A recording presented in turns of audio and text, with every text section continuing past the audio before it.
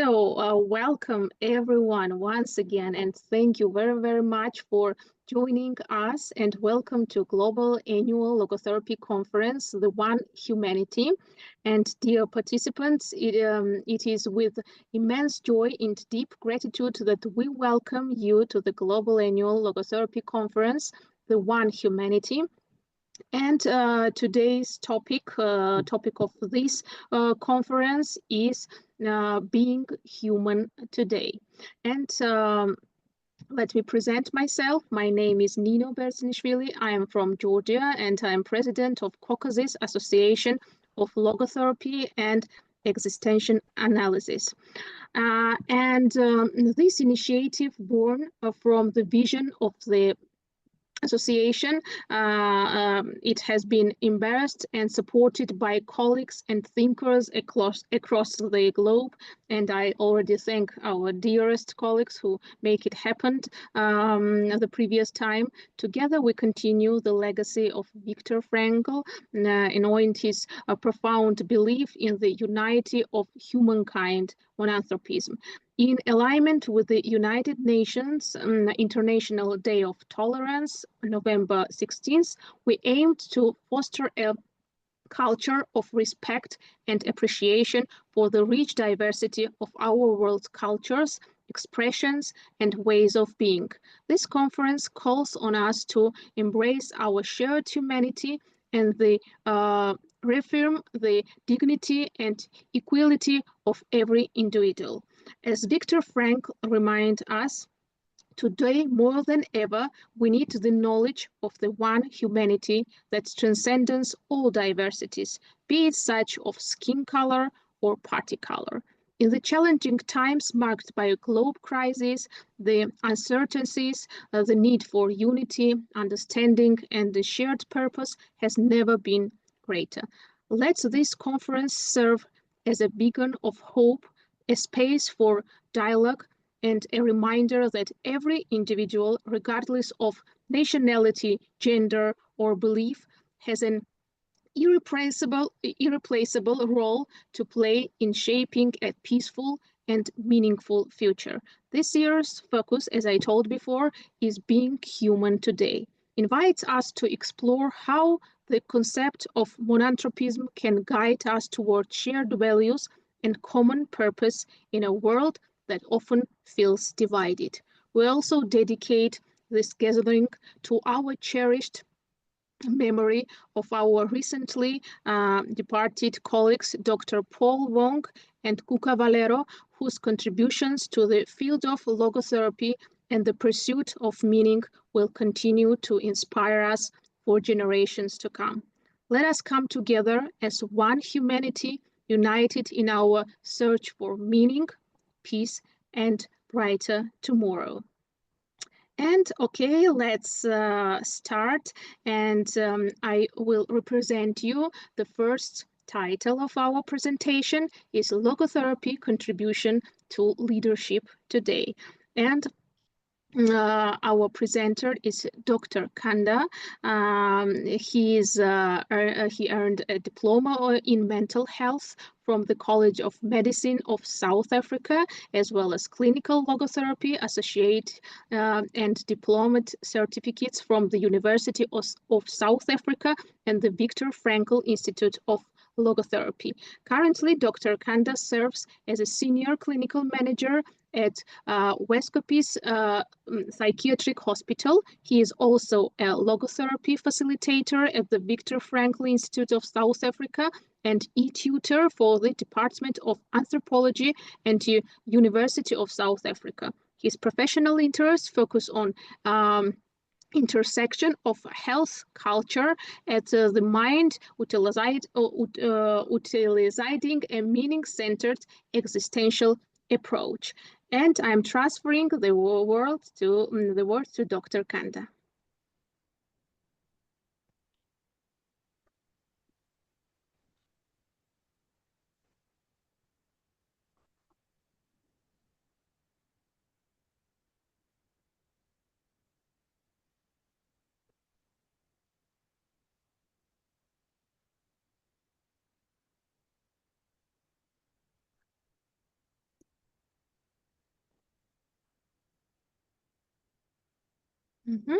I think Dr. Kanda will re-enter the Zoom because it's always some difficulties with the connection. So that's okay.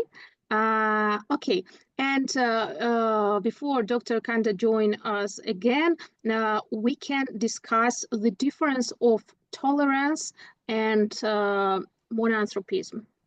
What do you think? Is monanthropism bigger than tolerance?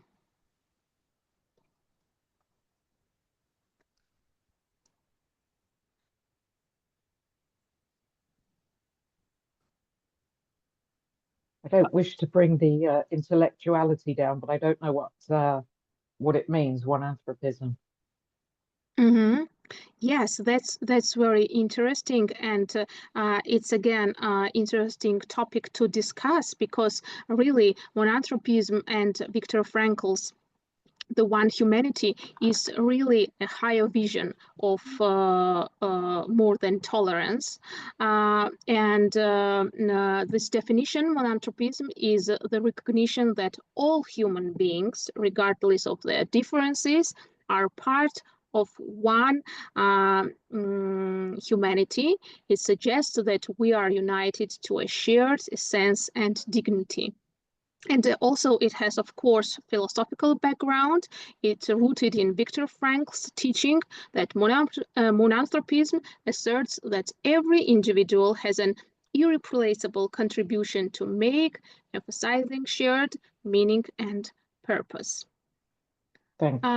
And maybe Dr. Kanda is here. Are you here, Dr. Kanda?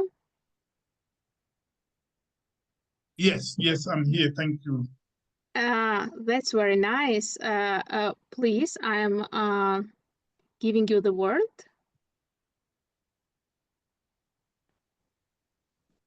Okay, thank you very much. I thought I'm presenting tomorrow. Am I presenting today?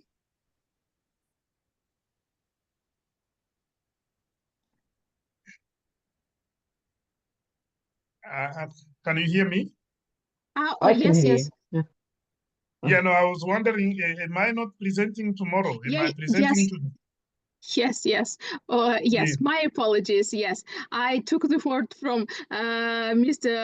And my colleague, Mr. Memduh Özmert. Yes, really, it was my mistake because today he should start this conference, and he's head of Turkey Association of Logotherapy, and also very honored logotherapist, and his topic is logo conflict coaching, application of logotherapy in conflict management as an act of creating bridges. So thank you very much once again, and with great pleasure, I am transferring you the word for your presentation. Okay, thank you so much. I'm sincerely honored to take part on this conference for multiple reasons. First of all, it is related with logotherapy and Viktor Frankl. And as you explained very thoroughly, the theme of the conference is related with monanthropy. So there is one humanity, and each of us is unique. So I think this is so important in today's world. Everywhere is full of clashes, every troubles around us.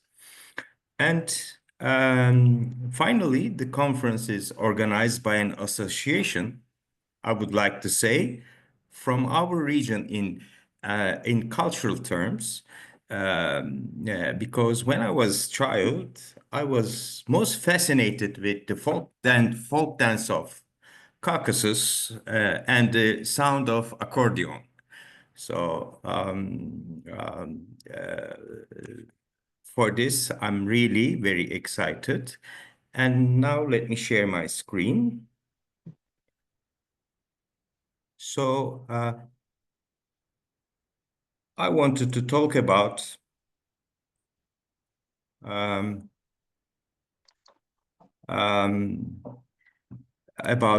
conflict coaching skills and mediation and logotherapy's contribution to that. So mediation is a very young field to resolve disputes, conflicts between people, parties, groups. Mainly this field is dominated by the discipline law. But recently, from the field of psychotherapy coaching, there are new contributions are emerging.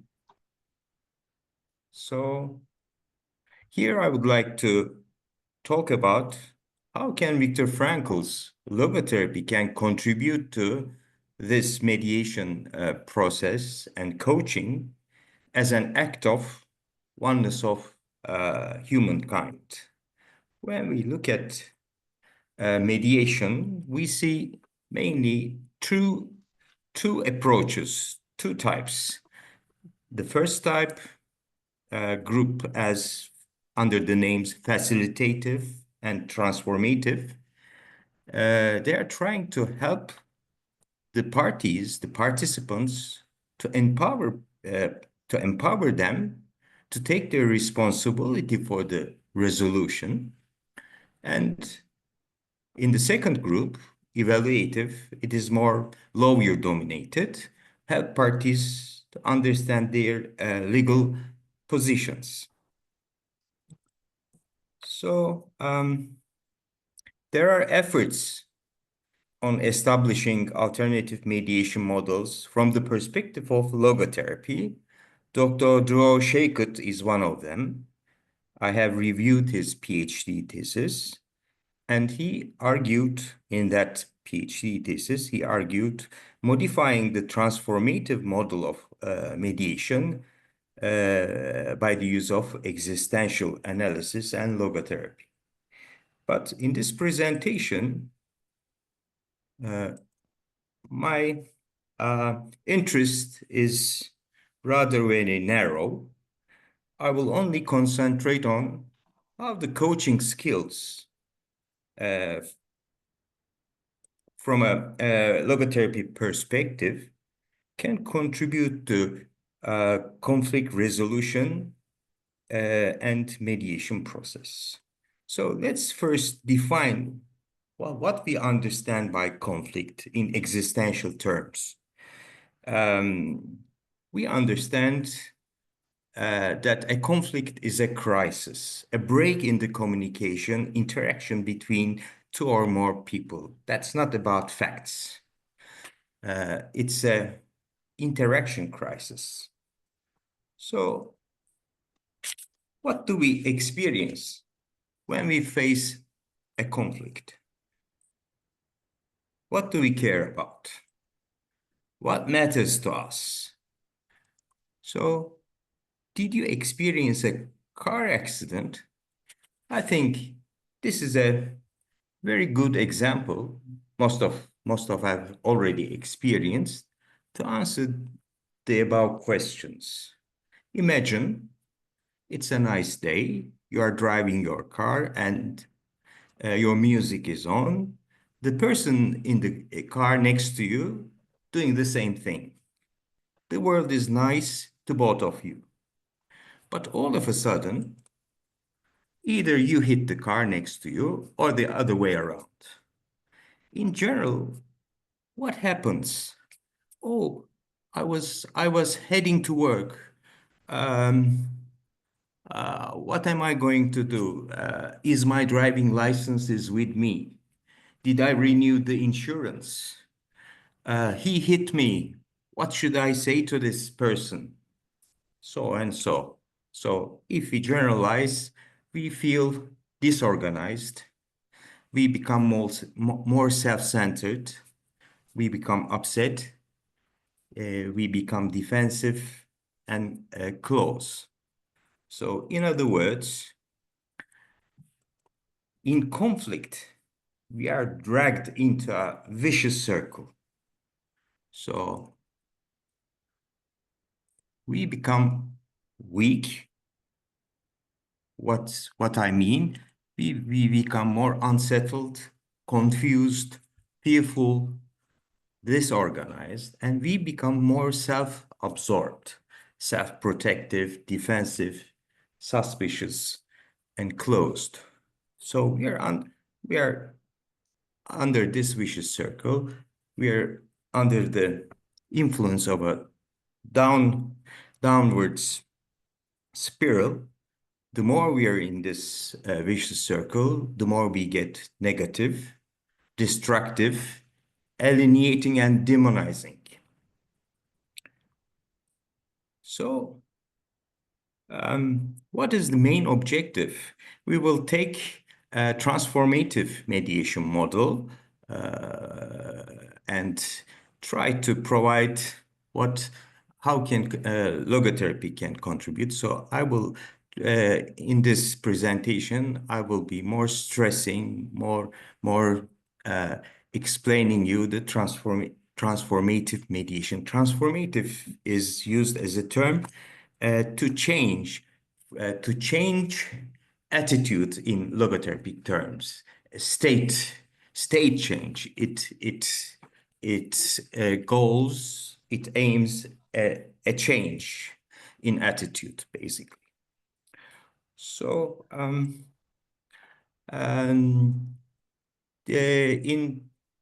a transformative model, the mediator role is very neutral. Not like a therapy, basically. And there, the goal is absolutely not reaching an agreement or settlement. As we said, in existential terms, the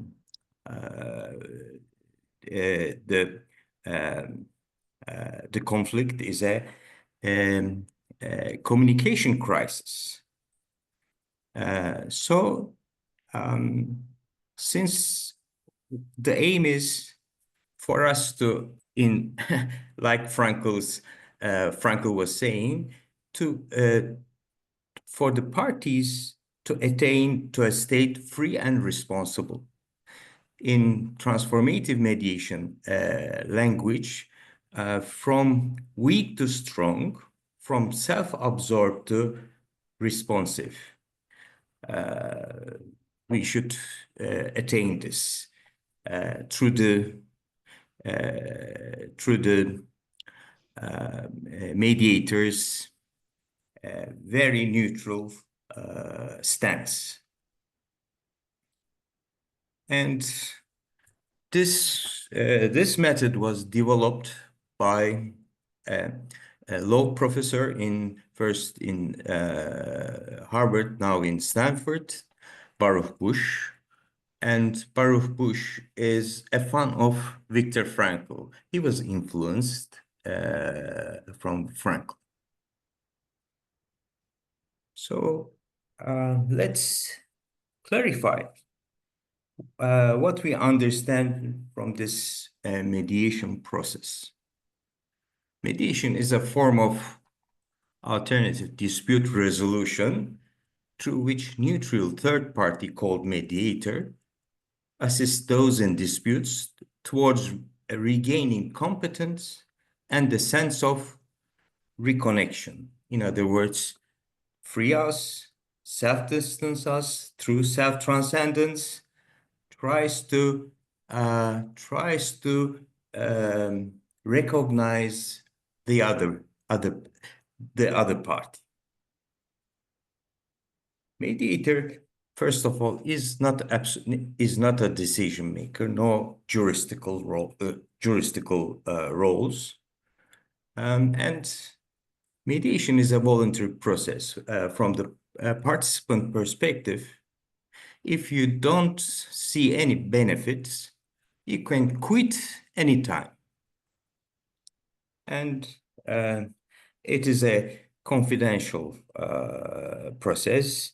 The mediator is silent to anything outside. So in the mediation, what has been lived cannot be used in the court, for example. And mediator has to delete everything after the mediation is over. So the responsibility is on the shoulders of the participants, the disputed parties.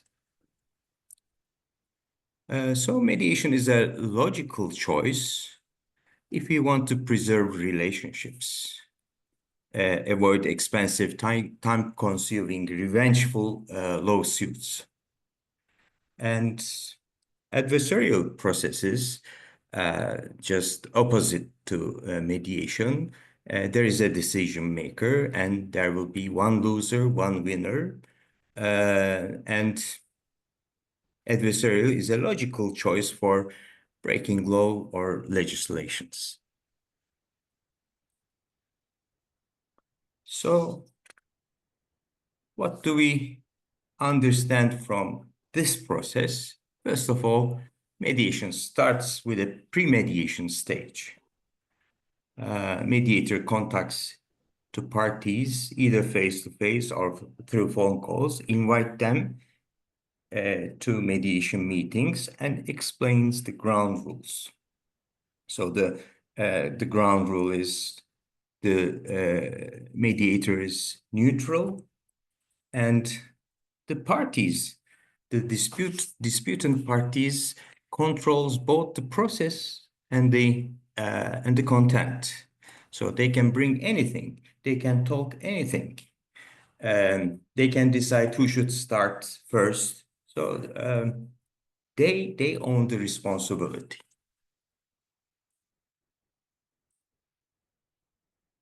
And each party has given space and time to express themselves. This is the very crucial part. And it is, as I said, it's a voluntary process, and any party at any time request a one-to-one meeting called Caucasus or coaching sessions in other terms. They can bring anyone with them. They can request a break at any time. And as I said, it is confidential. Mediator is silent to outside.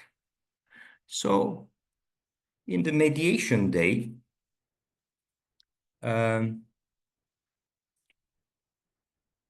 parties the mediator starts welcoming the parties, make the parties seated most comfortable way. Nowadays, it can be done like we're doing this conference via teleconference tools as well. And the most important thing is the participants has to be seated however they feel comfortable. Sometimes they don't want to sit face to face. Once participants are settled, the mediator reiterates the rules that it is a voluntary act. They are the owner of the process and the content. It is confidential that the mediator will be silent to anything outside, but the participants are free to share what has happened. The mediator's main role is, the mediator does three things: reflect, summarize, and ask Socratic questions to surface meanings, values, and beliefs. This is the all palette of the mediator.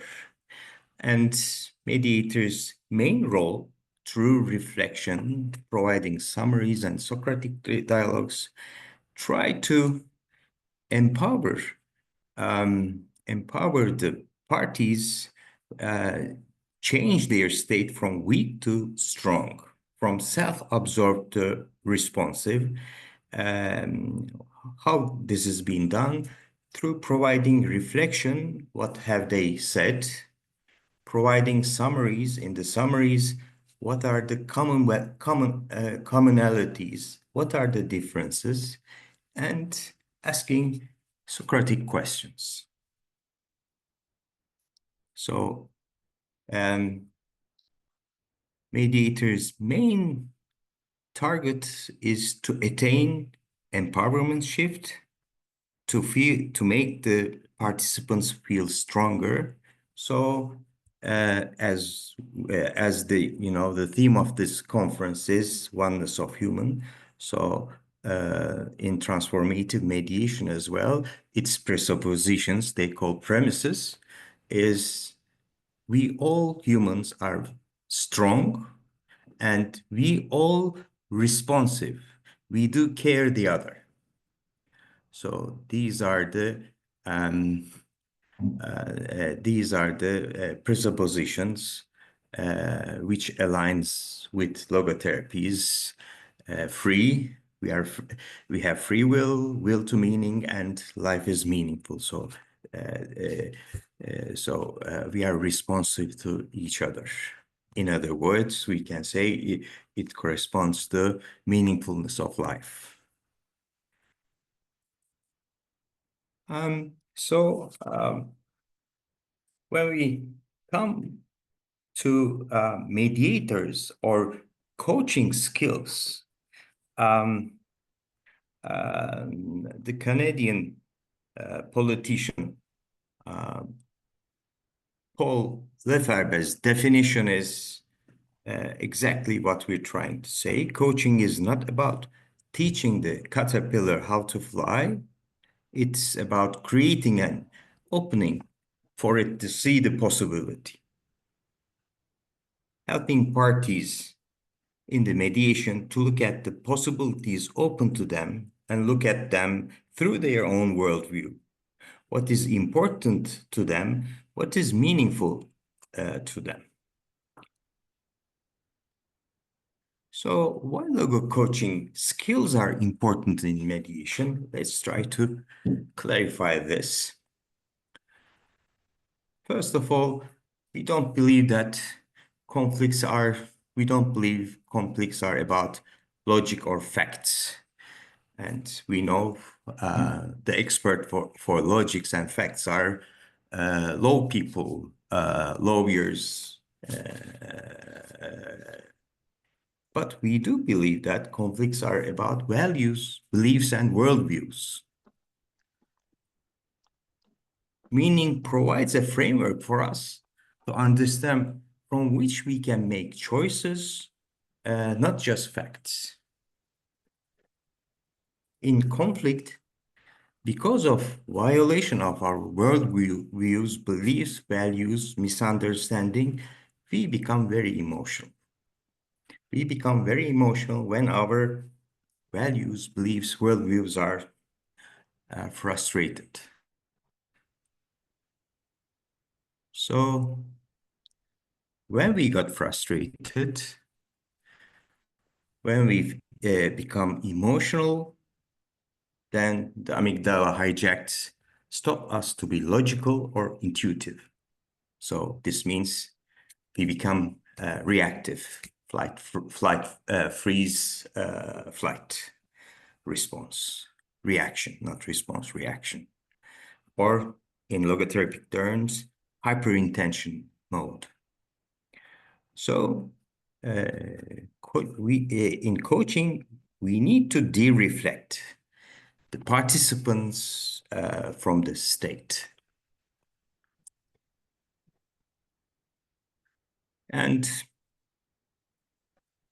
one of the maybe the biggest existential need, we all want to express ourselves. We all need to be heard.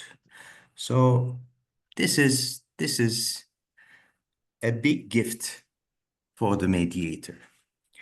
If people need to be heard, all we must do is truly listen, reflect, and summarize. And as humans, we do experience anxiety. we all experience anxiety. So this is one of the conditions of, in existential terms, this is one of the conditions of being human. So the focus of anxiety may help us identify what are the existential concerns, beliefs, values, and meanings. So the mediator in the mediation has to follow the heat. So the heat provides a clue where to provide more light, more reflection, more mirroring, and more reflection. And we know from logotherapy that our attitudes are influenced by our values and beliefs, and shifting the perspectives enable us to modify attitudes. This is maybe the one of the first principles of logotherapy. And from logotherapy, we all know that we are unable to change the incident which led to dispute, but we can change our attitudes towards it. The purpose is not to reach a settlement, fulfilling practical economical needs, but rather to regain competence, make free choice, and a sense of meaningful connection. So to be responsive in transformative mediation terminology.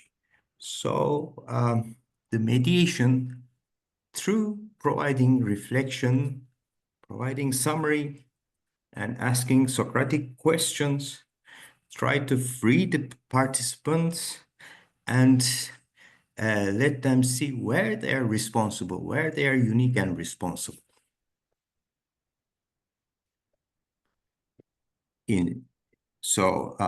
To support empowerment and recognition shifts in transformative mediation language. So now let's come to the skills required. So within the view of existential analysis, listening is the prime importance. We should listen without judgment, without censoring as well. And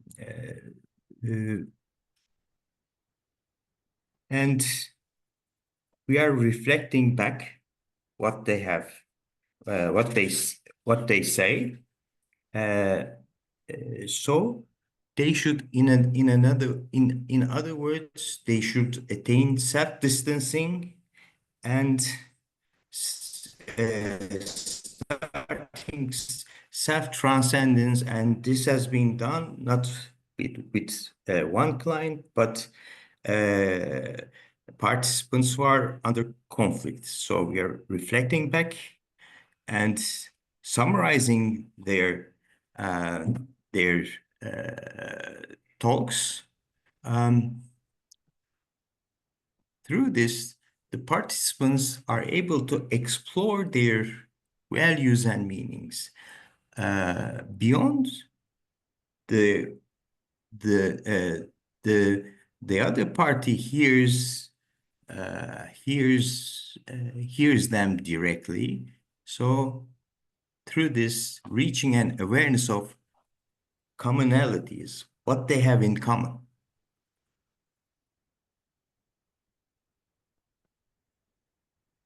And listening skill is so important. So the coach has to know the difference between listening to be with them or listening to assess them. So we know through logotherapy that we have to attain either or phenomenological attitude. I will clarify the relationship with each participant or each party representative. This is the only way for coach to establish and maintain a trustful relationship with the participants. The people in conflict often have low self-esteem. Who's under dispute, conflict feels weak. So they feel weak. To maintain a good level of self-esteem, participants need opportunities for expressing themselves. While hearing themselves, through hearing, they may modify some part. They are taking decisions. So through listening them, making choices, there an empowerment shift occurs. They feel more stronger and stronger. And when we become stronger, we are giving importance to the other. Our attention is directed from ourselves to the other.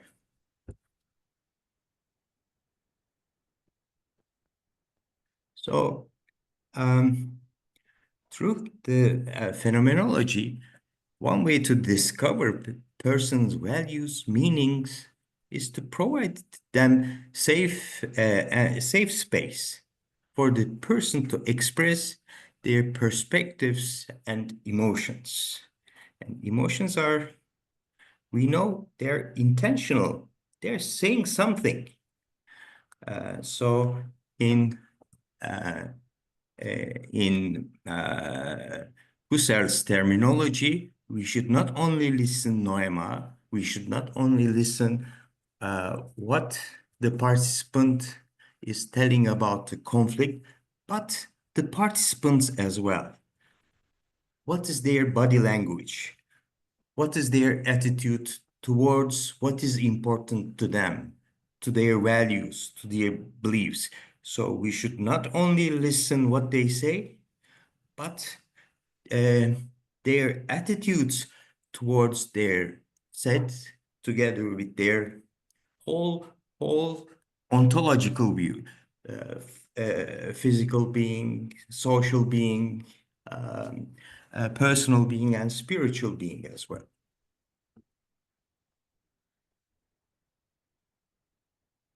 So when we are in conflict with another person, we are inclined to alienate and more demonize the other. Once the coach facilitates what are their values, beliefs are, and what is important to them, next step is the participant to discover the commonalities as well as the differences as well, which will always be there. If the mediator is able the parties to recognize the commonalities, then the mediation can provide a shift in the recognition. So this becomes being competitive to being collaborative, alienating to connecting, demonizing to humanizing.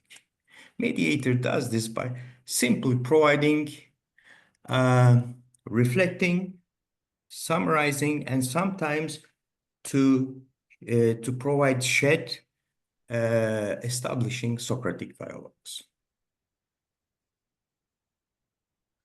Of course, the mediator has to work with him or herself because the coach has to be aware of his or her attitude. The coach thinks before intervening in order to check his own intentions. So he should not direct or involve or try to transfer his thoughts. Just provide a reflection and, if required, shedding a light and summarize the themes, what are in common, what are in different. And sometimes this is not easy. Most of the time it is not easy, but think if there are gangs, mafia relation type of things involved, it is not easy from the mediator side to preserve the neutrality state. So this requires a lot of self-work. So if the mediator able to attentively listen without leading or directing, provide safe space for each party, listen like a co, and reflect back what has been said, sometimes summarizing common themes and differences, and conducting Socratic dialogues to shed light, to bring into surface meanings and values and beliefs. And through this, it is possible, and it is not possible, and they say this process is taking care, and there is a empowerment shift occurs from unsettled to calmer, from confused to clearer, from fearful to confidence, disorganized to more focus, from unsure to more decisive, and on the responsive or self-observed to responsiveness sort, from self-protective to more attentive. So when I feel more stronger, I'm more interested with the other. From defensive to more open, from suspicious to more willing to accept others' good fate, and more open.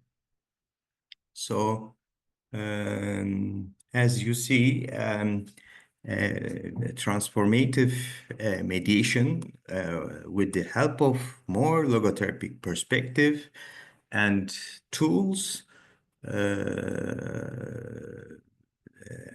it is very, very helpful, and we know everything can be mapped from that terminology into logotherapy terminology. So the mediator's main aim is to free them, for them to take responsible action. This is all I wanted to address. If you have any questions or comments, if you share, I will really appreciate. Thank you very much for your very interesting presentation. And once again, I want to remind you that it was our dear colleague, Mr. Memduh Özmert, head of Viktor Frankl Institute, Turkey, and faculty and board member of Viktor Frankl Institute, US. And please share your maybe thoughts, comments, questions, or brainstorm about this subject of mediation, of coaching. Yes, dear Aroni. Ronnie, I guess, have it. Yes, hello. Nice to hear it. Thank you for the presentation. I have a question. You're using the word coach and mediator interchangeably. Yeah. I'm wondering, is there a difference for you, or is it exactly the same as far as this problem is concerned? I mean, to be more flexible, sometimes, I mean, for mediation, you may need some the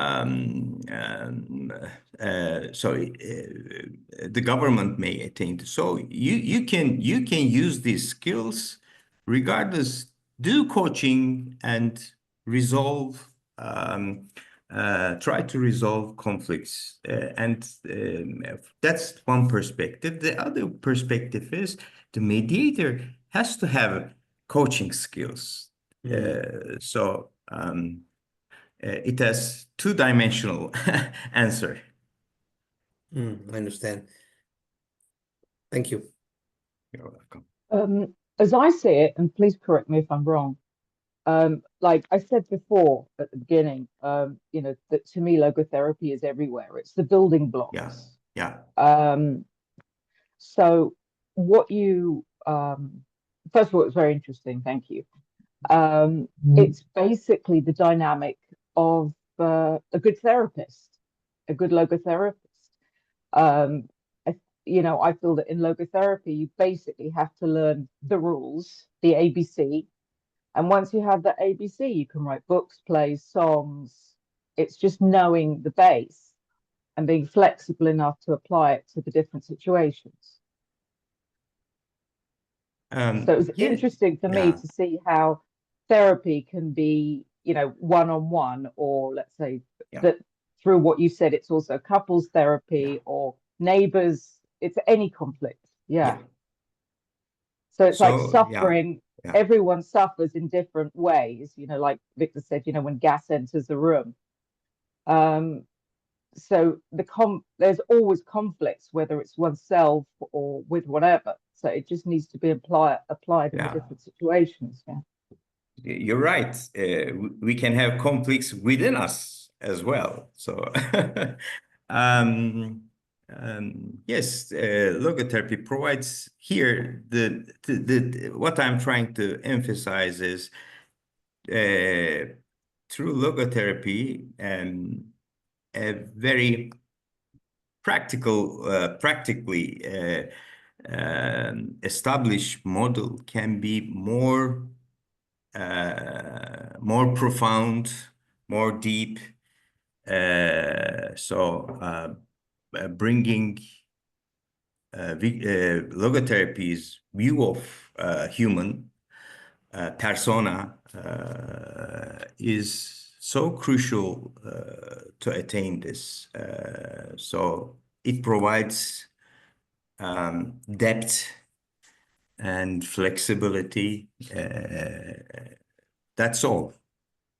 You're right. You're right. So, and the beauty of it is the mediator is really selfless. What it does for for the participants to attain self-distancing, try to tell what he heard.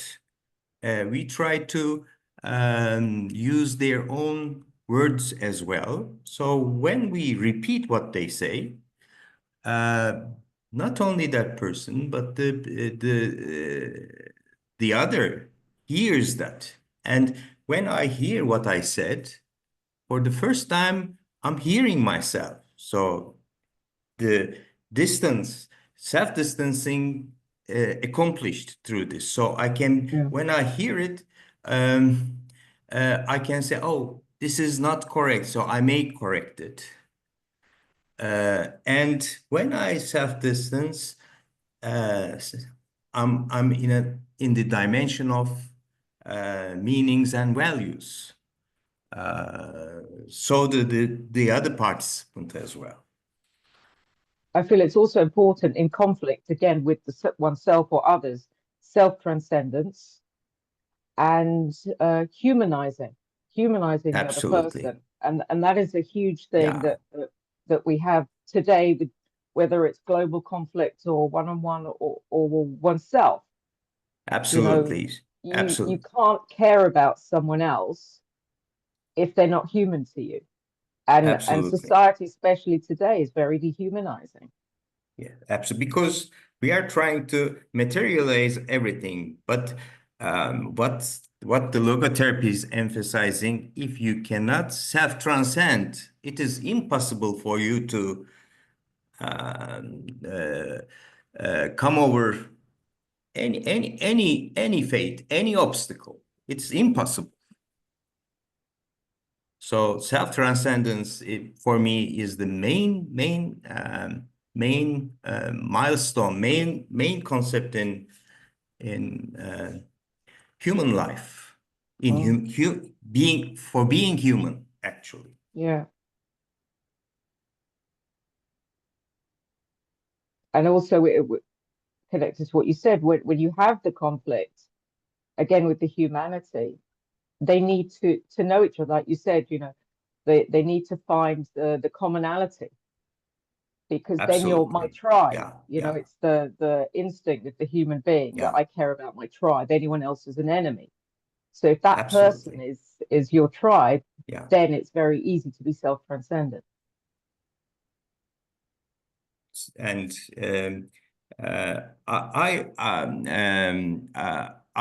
I met Baruch Bush, who developed this, and he said he was fascinated with Frankl, and he was while modeling it, he was also influenced from logotherapy. So this I was really I found it through a PhD thesis. Memduh, can I ask a quick question about Sure. your methodology? So in your preparation with the clients that you mediate with, Yeah. how do you Or coach. or coach? Yeah, okay. Do you do some sort of preparation to reduce some of the emotional content before the in-person meeting in order to allow the listeners to be more receptive to No. your No. Just reflect, summarize, and shed light through Socratic dialogue. That's it. The Because thing is, the emotion. yeah, So the here emotions tell us what is the points that need to be addressed, and if the emotions have already gone, you don't have valuable information that you would have had. And more than that, their nose to conceive that they are really free to make choice, and they have responsibilities to fulfill. So the role of the coach or mediator is very neutral. So all I have to do is reflect what they say, even if they without censoring. But in the meantime, phenomenologically, we are trying to reflect their attitude towards what they say, their body language, their attitudes towards what they say, towards values, towards beliefs. So we will reflect these again. That's all. So they are really free. When they become free, when they talk, when they express themselves, when they hear themselves, when they correct they are taking some choices. So through that, they feel more strong, more clear, more decisive. When you become stronger, then your attention, like the Danish philosopher Søren Kierkegaard,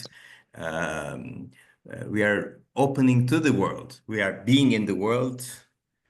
So we become being in the world. We become stronger, and our interest is the other.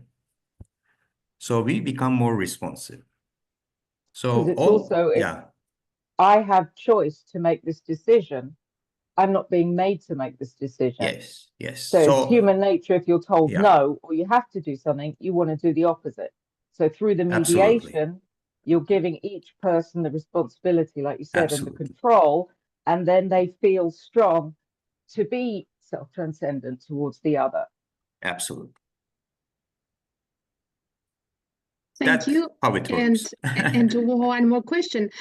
In what organizations or institutions do you see the need of mediators? Or should it be independent professional or working for some organization maybe? I think there are organizations, for example, in business world, this is, for example, England, I know this is very much well established. But this is you know, try to humanize. So you can conduct it in the neighborhood, helping families for family disputes as well. So the answer is yes and no. So there are very well established, especially in the United States and England, as far as I know, and companies are requesting such services because the cost for a company of an internal dispute is too much. But I think not in my country. So I'm trying to, you know, excuse me, exploit logotherapy wherever I can, since I'm not coming from the psychotherapy world. I'm coming from from business and philosophy. So from these, I find such places where logotherapy can be applicable. Yes, indeed. We need mediators everywhere, starting from kindergarten to neighborhood and absolutely. universities and organizations and everywhere, really. And thank you very much for your very important presentation. It is my pleasure and my honor to be here. Thank you very much. And I want to transfer the word to Mrs. Eleni Aroni from Greece. She is a psychotherapist and coach, founder and teaching of Greek Logotherapy Institute. And her presentation is Humanity in Action, Restoring Connection and Kindness Today.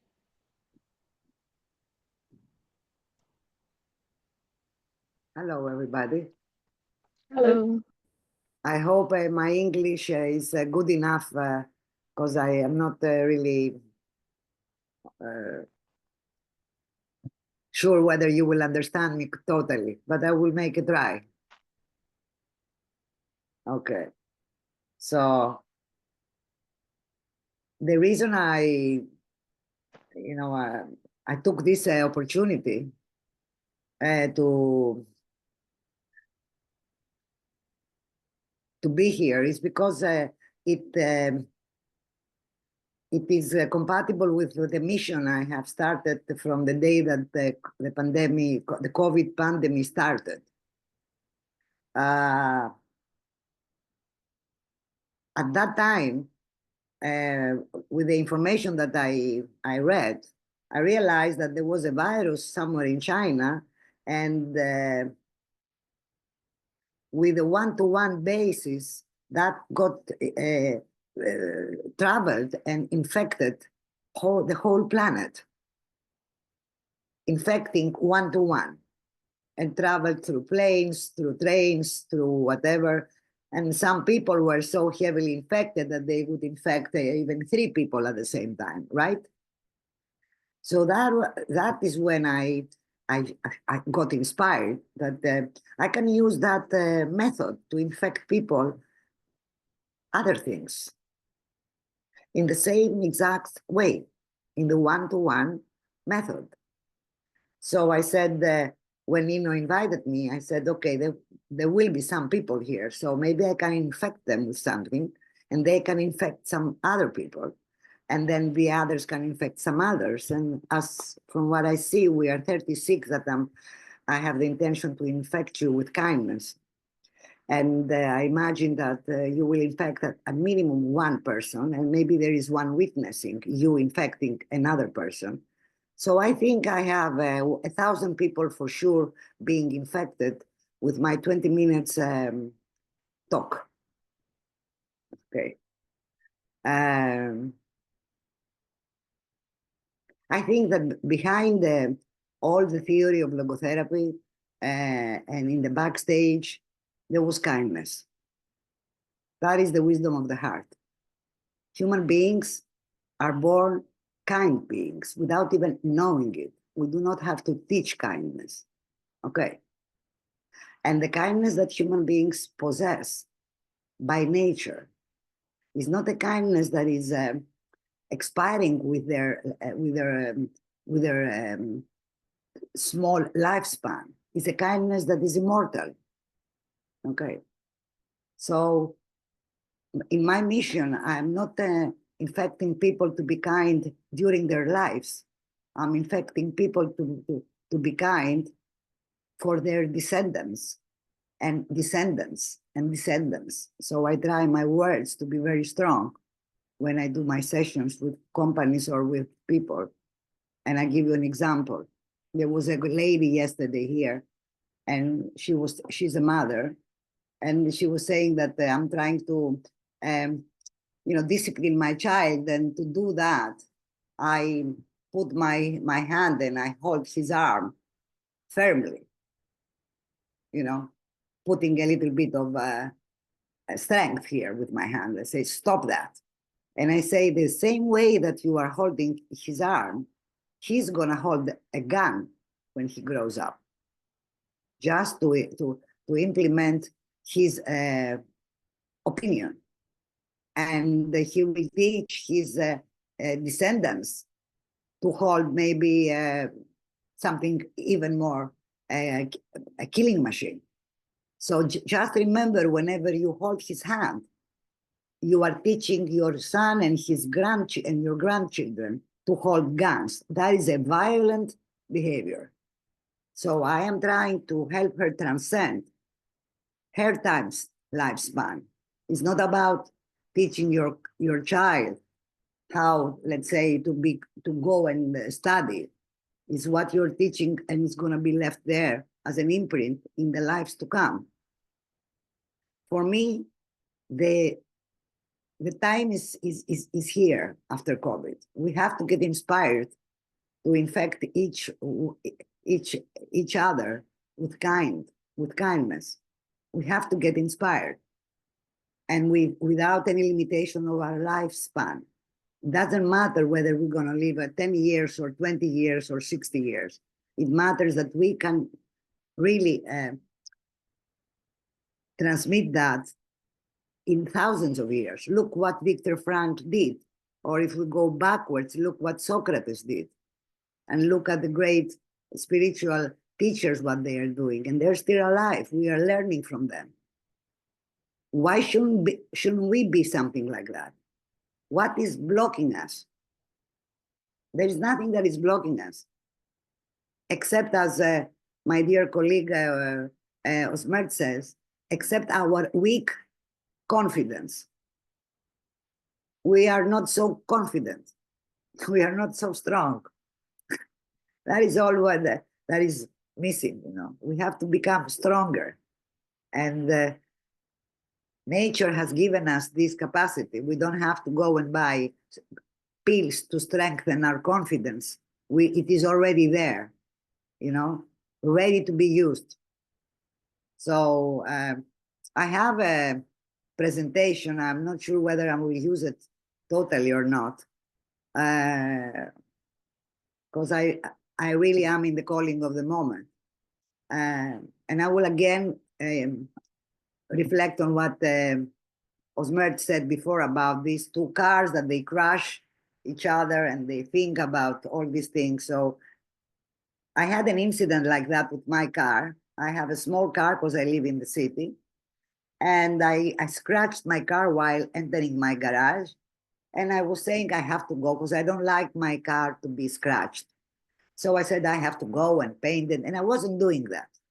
So after a few months, driving in a small street, a young girl with a car hit me from the other side, not from the side that I had this small scratch, but really hit me, made a big damage.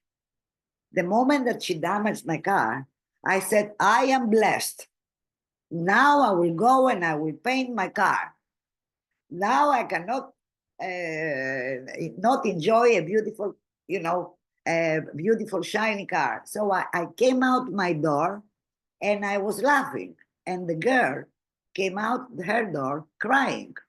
oh my God, this is my mother's car, and I am a student in another city, and I just took it and for the first time, and she was gonna be very upset, and I don't know what to do. And she was crying, and I went and I hugged her, and I said, don't cry. Come on, this is only metal. This is metal, plastic. It's okay, we're gonna fix it.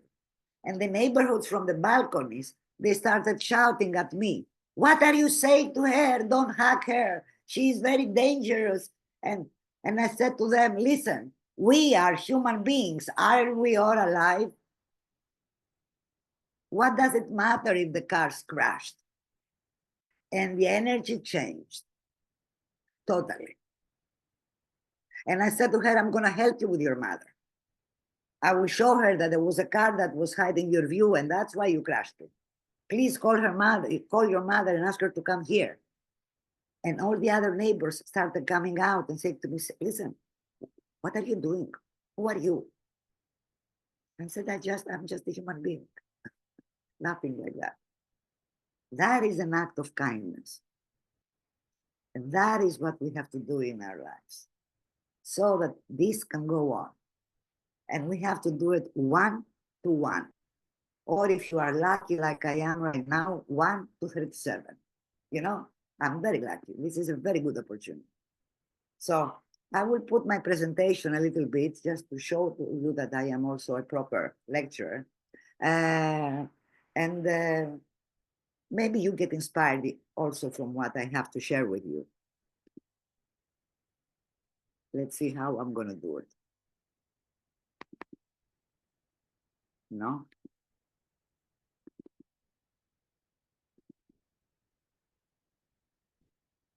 Sorry. Wait. I made a mistake.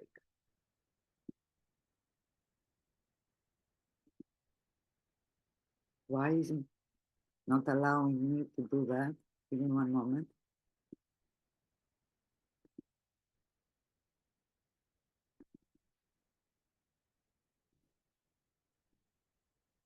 Okay, so sorry about that. Something happened here. Allow Zoom Workplace to share your, yeah, but it says open.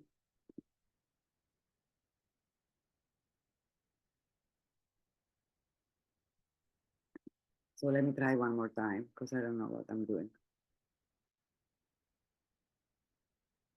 So I have to allow something. You just press to share and then share presentation. But I pressed share and it doesn't give me a, let's see.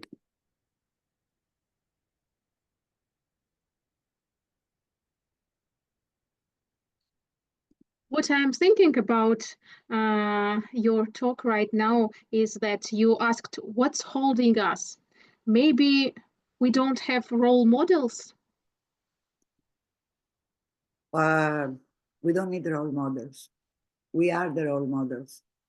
Remember that. We don't have to look outside. It is ingrained in us. Without being kind, we wouldn't be alive.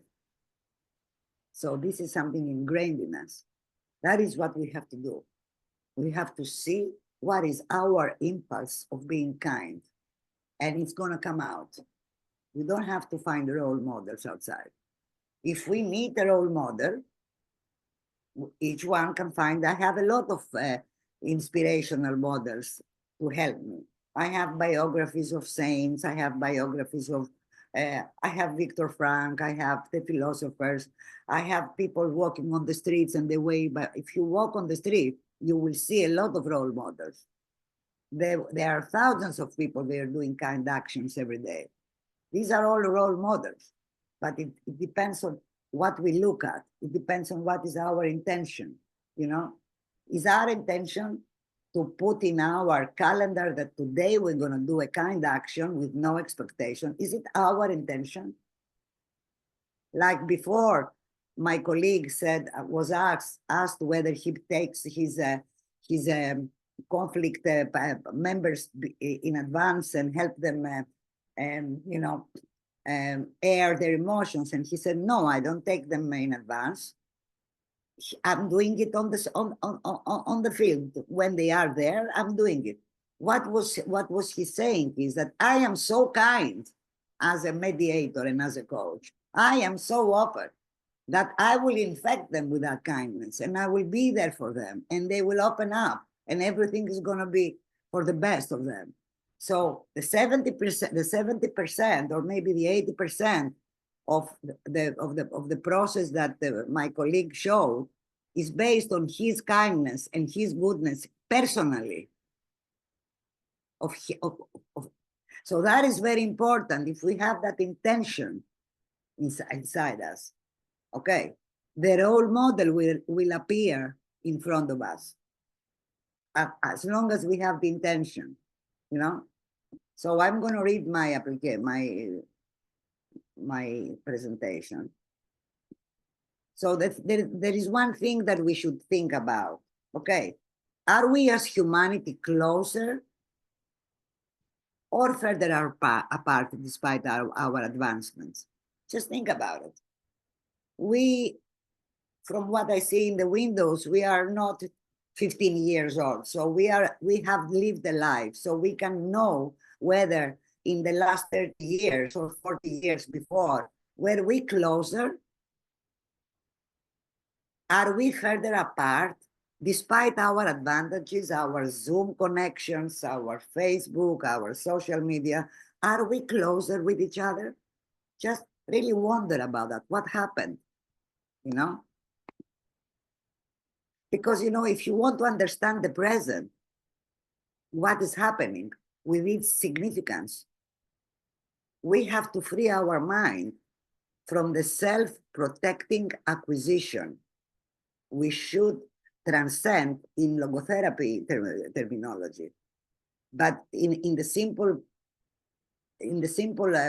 you know, phrasing it simply, we have to stop self-protecting ourselves and acquiring things. You know, we have to stop self-protecting. We have to think about the future. We are building up the future with our lives. So that is very, very important. There is a story I want to share with you. And the story is about the tree planter. So many years ago, a man named Joe lived in a small village. One day, he decided to plant trees in the barren fields surrounding the village, despite the ridicule of the others. Why waste your time? They were mocking him.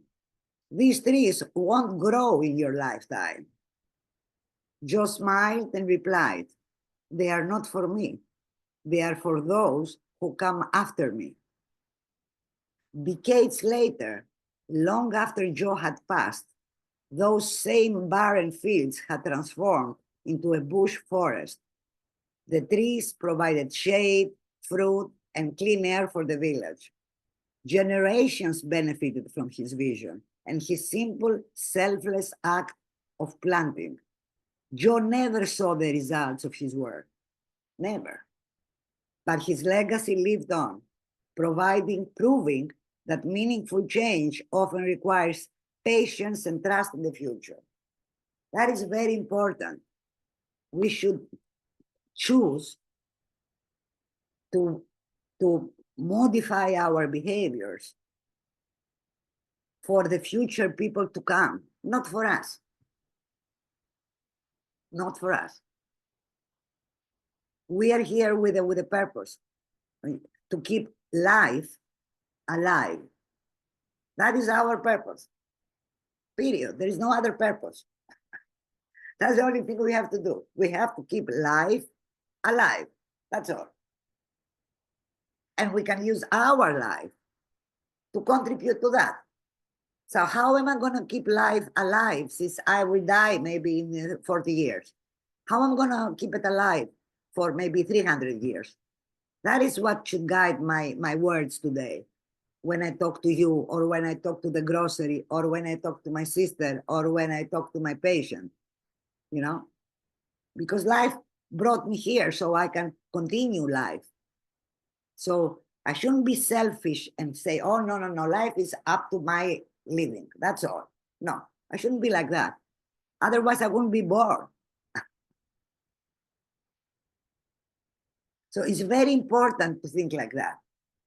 Okay. And it's very important to pass that forward. Okay. I saw a video a few hours before about a lady that her son was murdered from an ISIS murderer. And after some years, she had the chance to, okay, I have to admit somebody. Okay, I admit somebody. She had the chance to meet the murderer of her son. Her son was murdered by two ISIS warriors, how they call them. And the one came and visited her. And she started asking him questions. And he said that he's married, he has 3 children, he blah, blah, blah. He talked about his family. He said, I regret very much. Of course, he was not anymore an ISIS warrior. Okay. So yes, her child was murdered. But look at that. And I say, I hope this video can be seen from other active ISIS were active ones, because if they see that, maybe they stop killing the other person. Even one would say, oh, look at him. He regretted his action. He went and he found the lady. What happened? I don't know. Oh, no, sorry. Somebody's bringing something. Did I do something wrong? Claudia is sharing her whiteboard.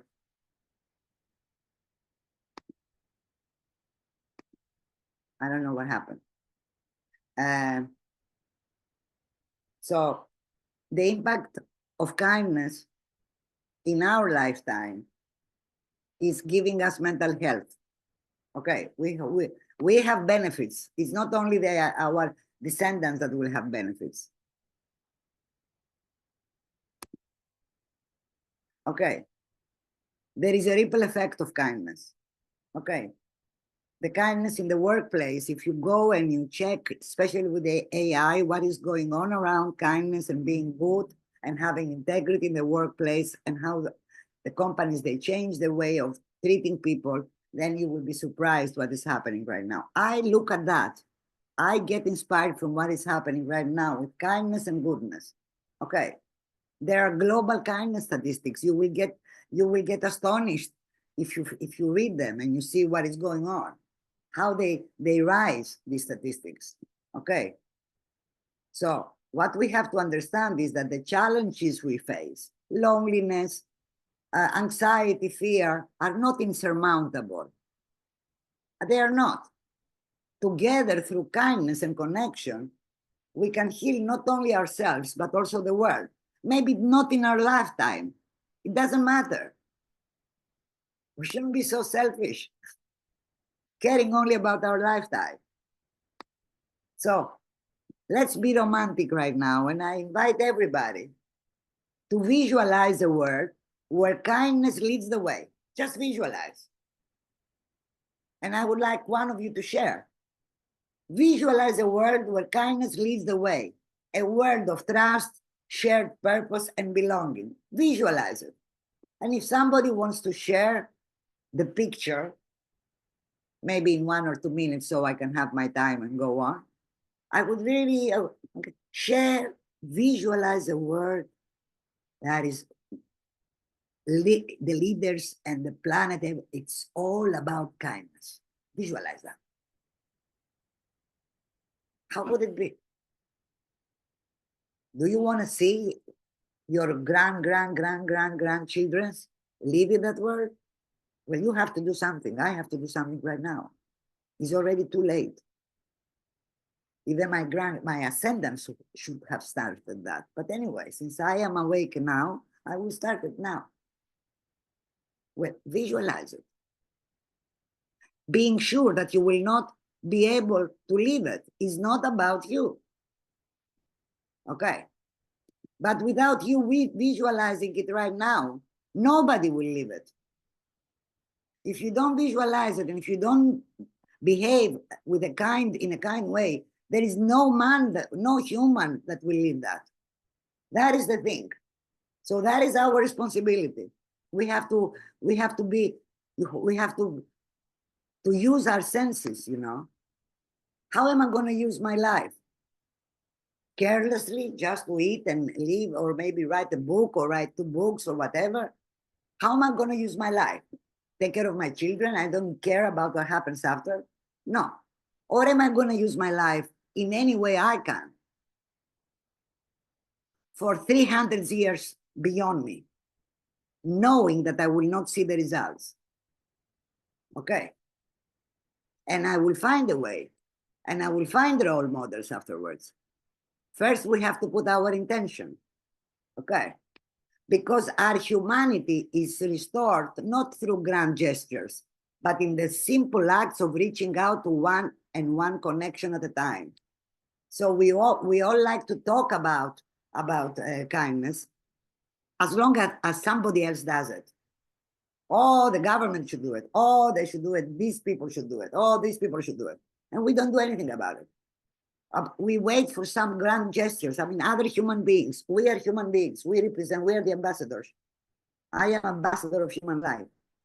And you are for sure ambassadors of human life. I don't see anybody barking or being an animal. So I'm sure that you're a human being. So we are responsible. Okay. Sorry, I am a little bit energized, but this is my way. So practical ways for individuals, practical ways. We have to practice micro-kindness daily, micro-kindness daily. In the same way that you say, oh, I have to brush my teeth every morning, have in your mind that before you sleep, you must find some people, some person, somebody to do a micro-kindness action. Something small. Decide to smile to somebody that you don't know on the streets. That is your today micro-kindness action. I was thinking right now how to do a micro-kindness action for the Christmas here in Greece. And I don't like to give money to the people that they are on the streets, because here we have on the streets some people and they beg for money, or they clean your windows, things like that. Or they want some money to buy drugs. And I say, I want to inspire these people to do something for somebody else. So I was thinking, maybe I should buy 2 blankets and give to each one 2 blankets. I say, if you want to have the one, I will give you a second, but you have to give it to somebody else. So I don't want just to give him 1 blanket. I want to give him 2 with his word that the second will give it to somebody else that is called out on the streets. So I can teach him how to pass forward the kindness, because I don't want to infect only him. I want him to infect somebody else. I'm that crazy. So I was thinking, then I said, maybe I give him 2 pieces of food, 1 for him and 1 for the other. And then I said, maybe he's going to eat them both, but the 2 blankets he will not use. For sure, he will give away the 1. And maybe tomorrow that the shops are open, I'm going to buy from a Chinese shop many blankets, and I will start giving 2 of them to each one, as long as he promises me that he will give the second one to somebody else. That is going to be my schedule for my micro-kindness actions.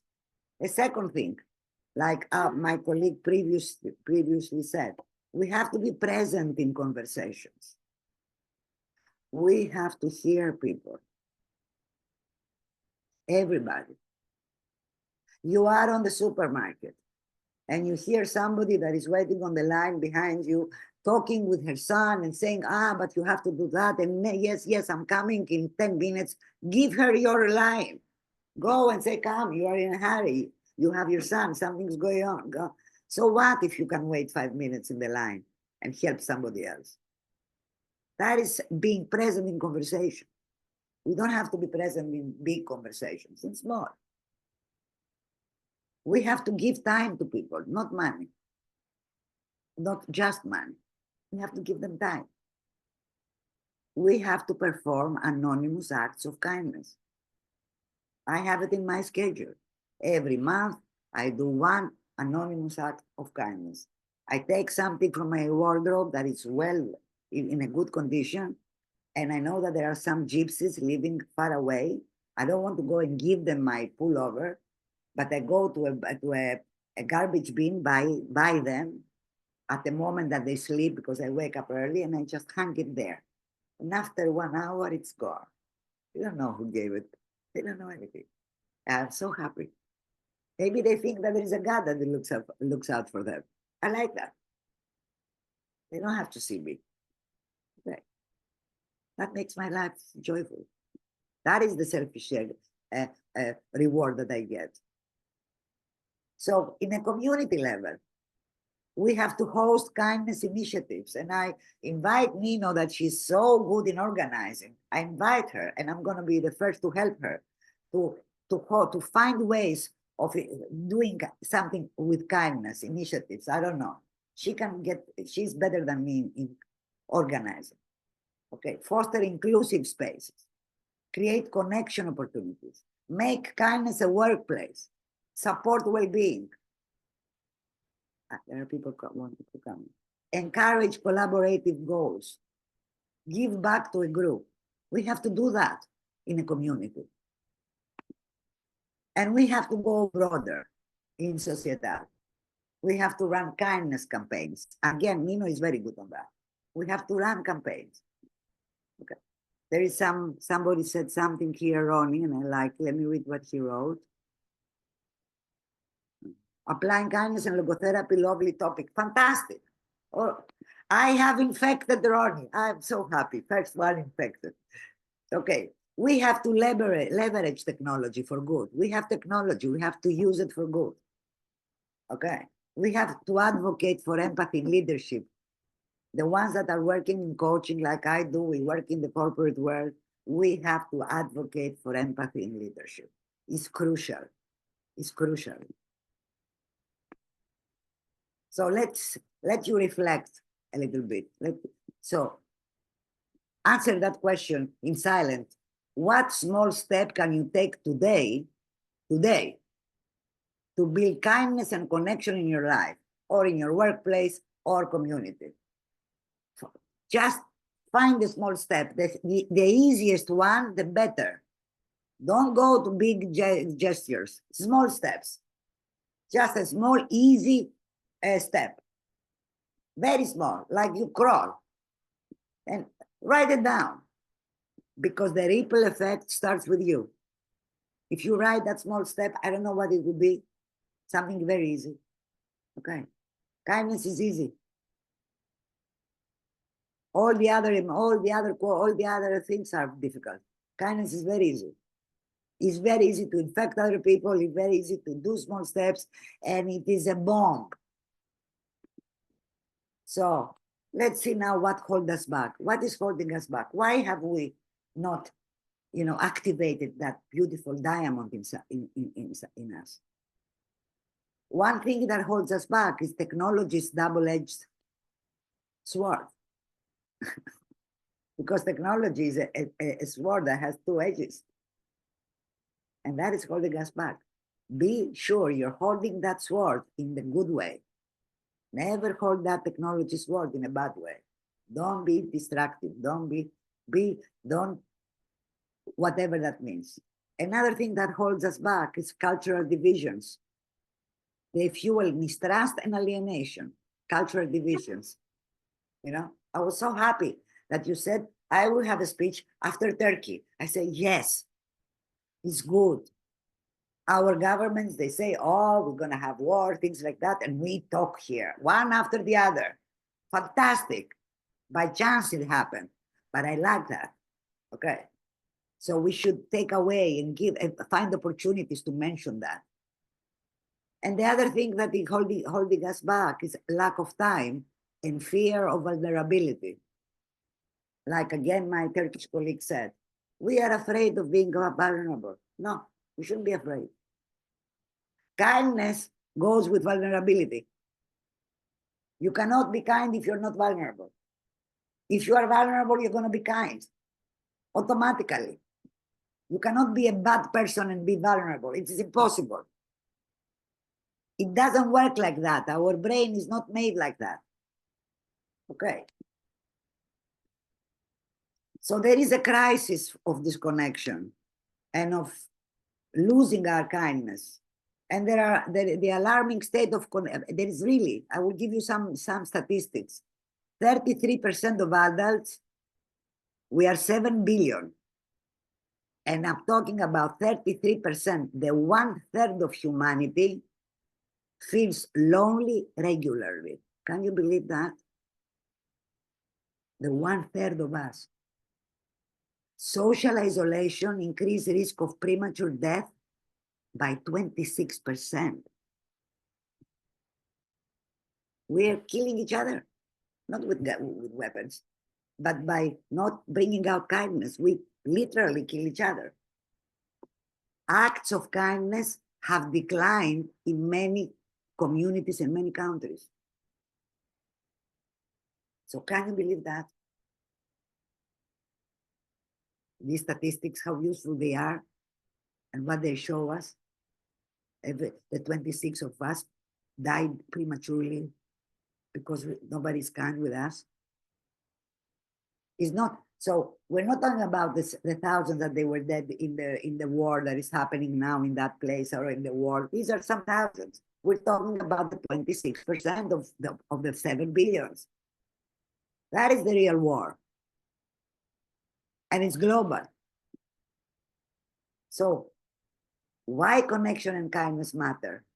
Because it is the heart of humanity. Humans are wired for kindness and connection. If you read behind the words of logotherapy, of Frank, of Lucas, you will find that thing, kindness and connection, behind their teachings. Okay. So biologically, humans thrive on social bonding, oxytocin and mirror neurons, biologically. Emotionally, connection and kindness reduce stress, anxiety, and depression.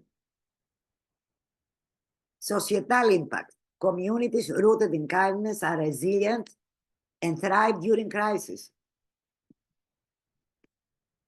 You know, I saw what happened with the water flood in Spain, in this place that there was a lot of flood and one village almost disappeared in the flood. And I saw that the Spanish people, in thousands, like an army, were walking from other villages to help these people. They were not waiting for the fire, police, or whatever, or the government. If you see that video, I mean, I saw it live in TV, in the news, and I saw the line of people, thousands of them. They left their villages on foot, and they went to help this small village. That is kindness. That is connection.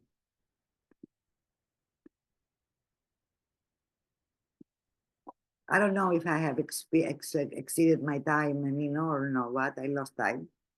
Thank you very much. It was really very meaningful topic because we live, I think, in the world of, and we have lack of kindness in all over the world.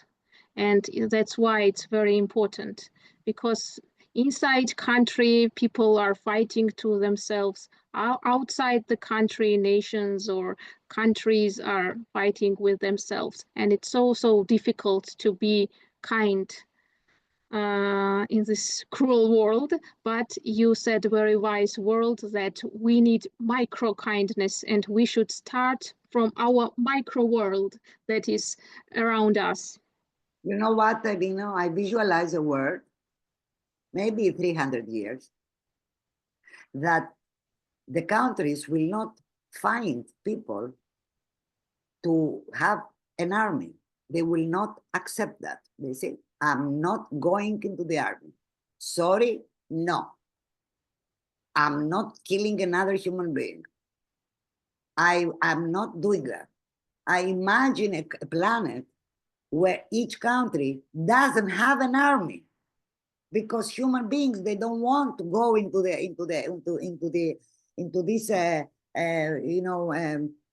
place and learn how to use guns for the purpose of killing each other. Because what do you do in the army? You are trained to kill another human being. That is all that you're doing. I mean, protect my country and bullshit. It's not that. You learn how to kill another human being. That's what you learn. Why do I have to protect my country? By killing another human being, I protect my country? That is the cost? No, I'll find other ways.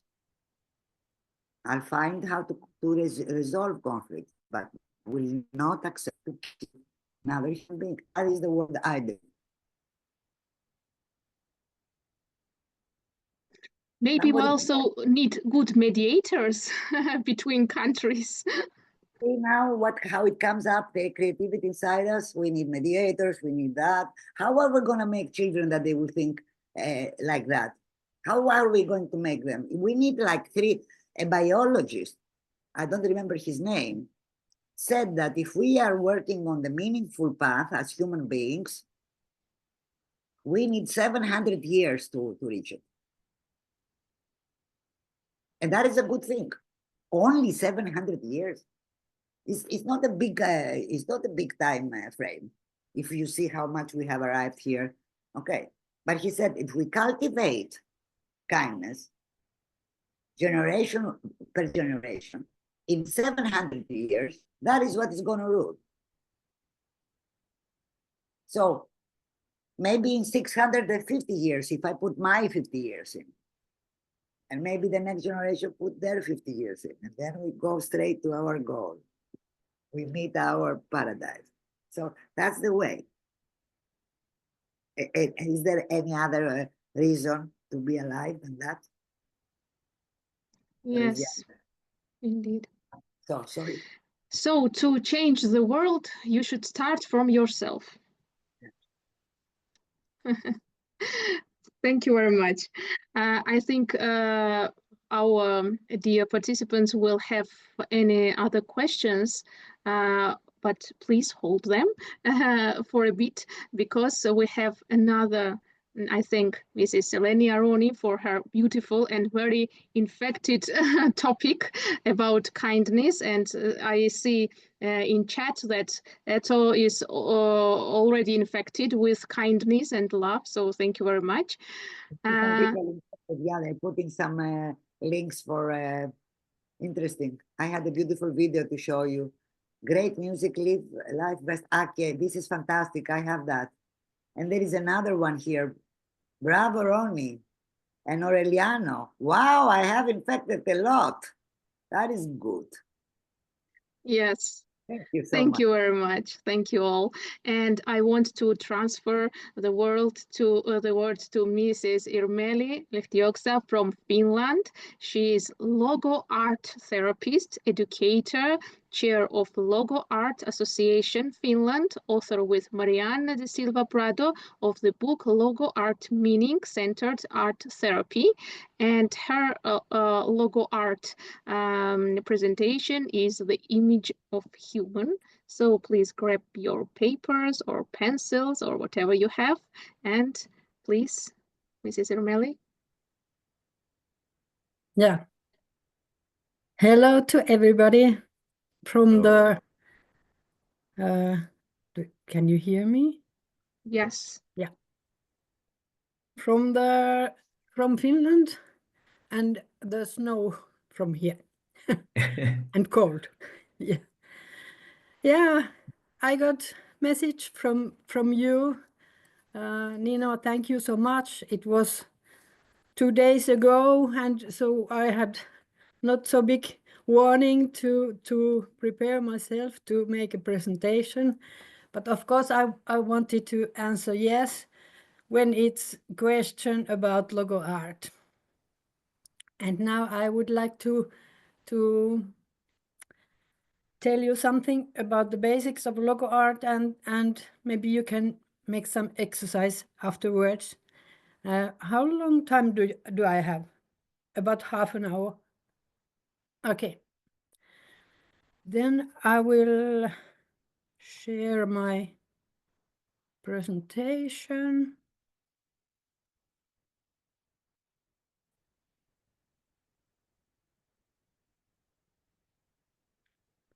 So,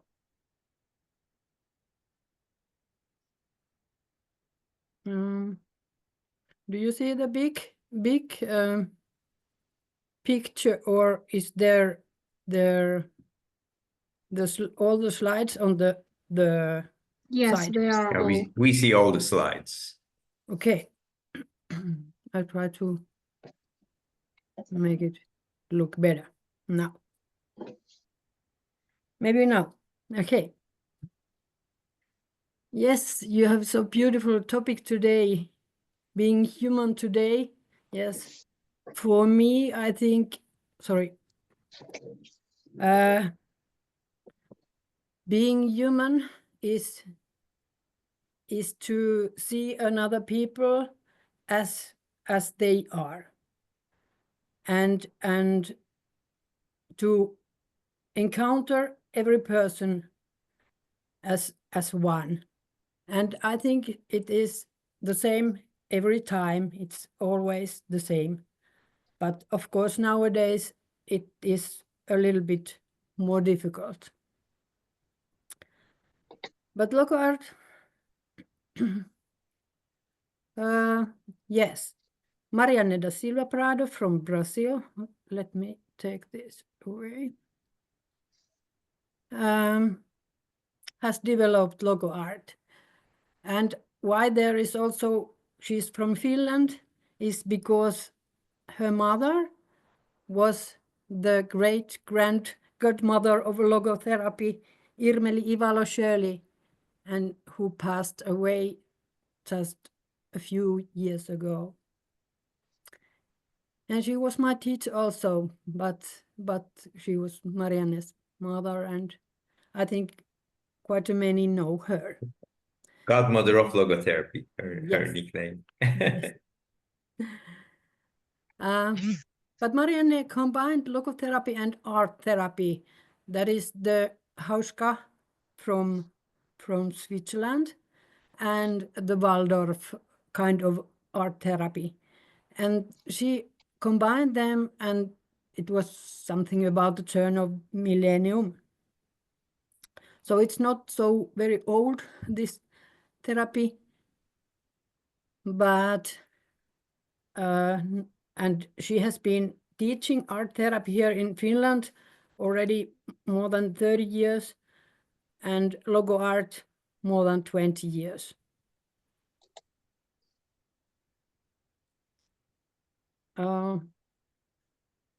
Yes, what about LogoArt? Sorry, I'm doing, what kind of things I'm doing here?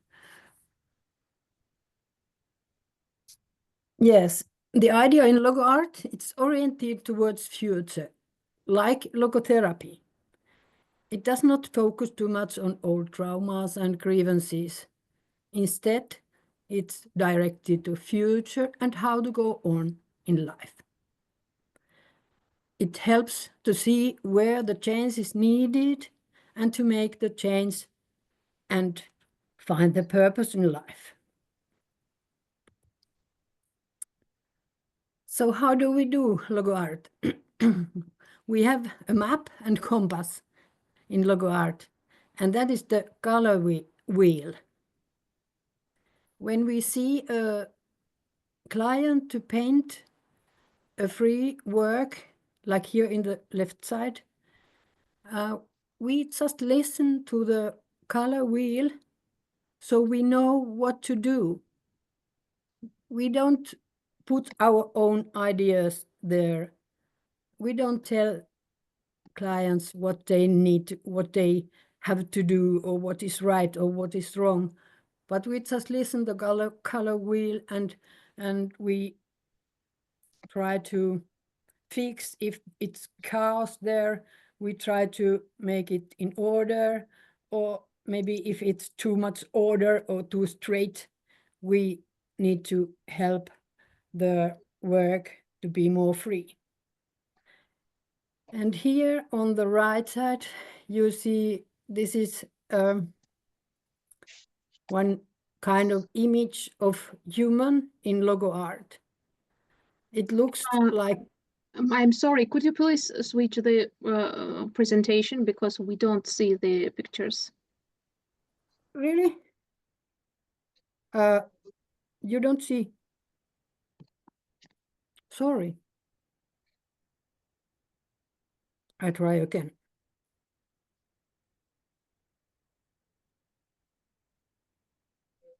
Can you see it now? Yes, yes, perfectly. Yes. Good. Okay, sorry. Just say to me if you don't see. Yes, on the right side there is the one kind of image of human in LogoArt. You can see there is a form which is like a sail, and there is the color wheel inside.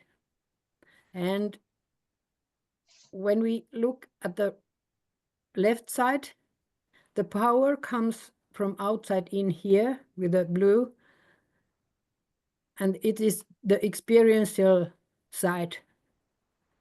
And creativity, what we do out to the world, is here on the right side where it's red and orange. And here down, this is the side of changing attitude. It is the green side, and the line is straight because the forms of physics are same from up and down. Okay, it's maybe not a good explanation, but let's go on and you can ask questions. No. So the methods in LogoArt are basically form drawing, painting wet on wet, and modeling clay. And form drawing we always do in the beginning of the sessions.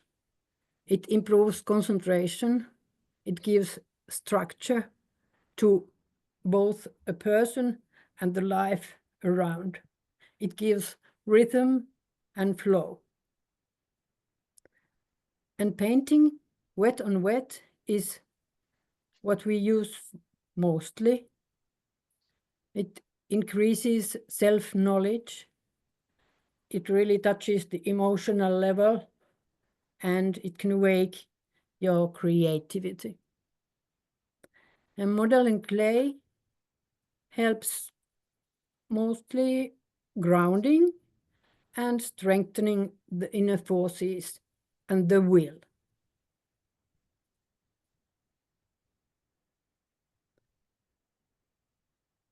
Form drawing. Here on the left side, you can see it's like number 8. We call it lemniscate. And it is also in LogoArt, it is kind of image of human. I will explain a little bit later why. But really we always begin with that form because it's easy to do, and afterwards we can go on to more difficult forms. And here in the right side you can see some more easy forms, and here you see that we begin with one line, then we do the going over and going under. I explain this also a little bit later. Then we take another color, and then we take the third color. So if you have colors near you, take 3 colors and a piece of paper. We will do it later. Somebody wants to come in. Okay. Then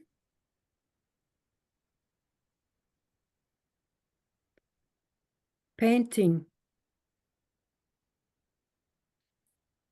painting wet on wet, we use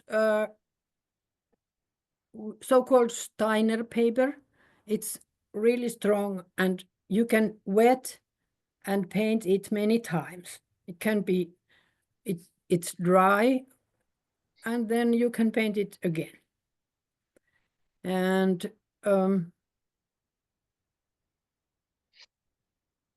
yeah, here on the left side, you can see the colors we use. Here is the color wheel from Goethe. There are 2 yellows, 2 reds, and 2 blues.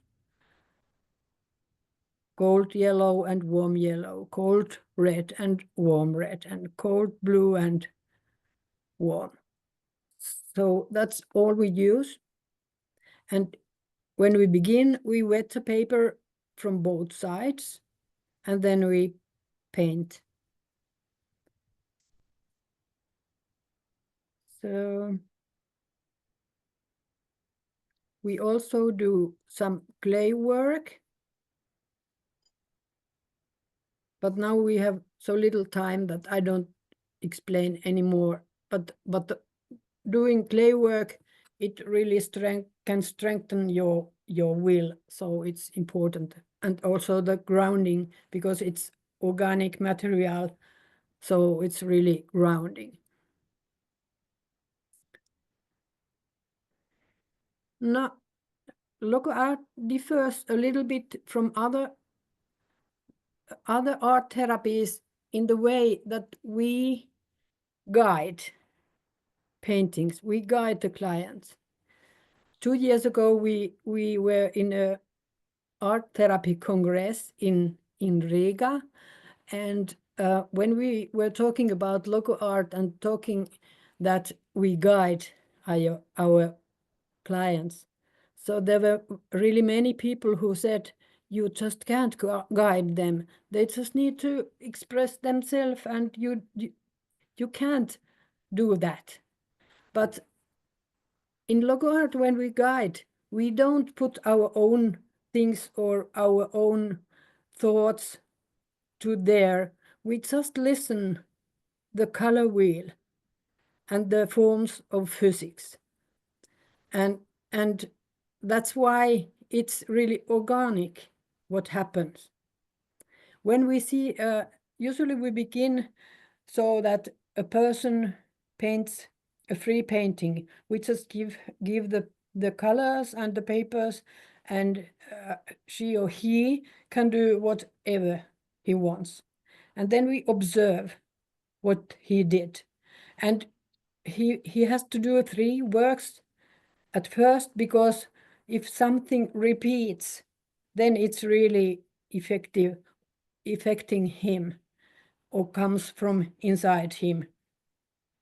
And when we see what is repeated there, we review the painting, really observing phenomenologically.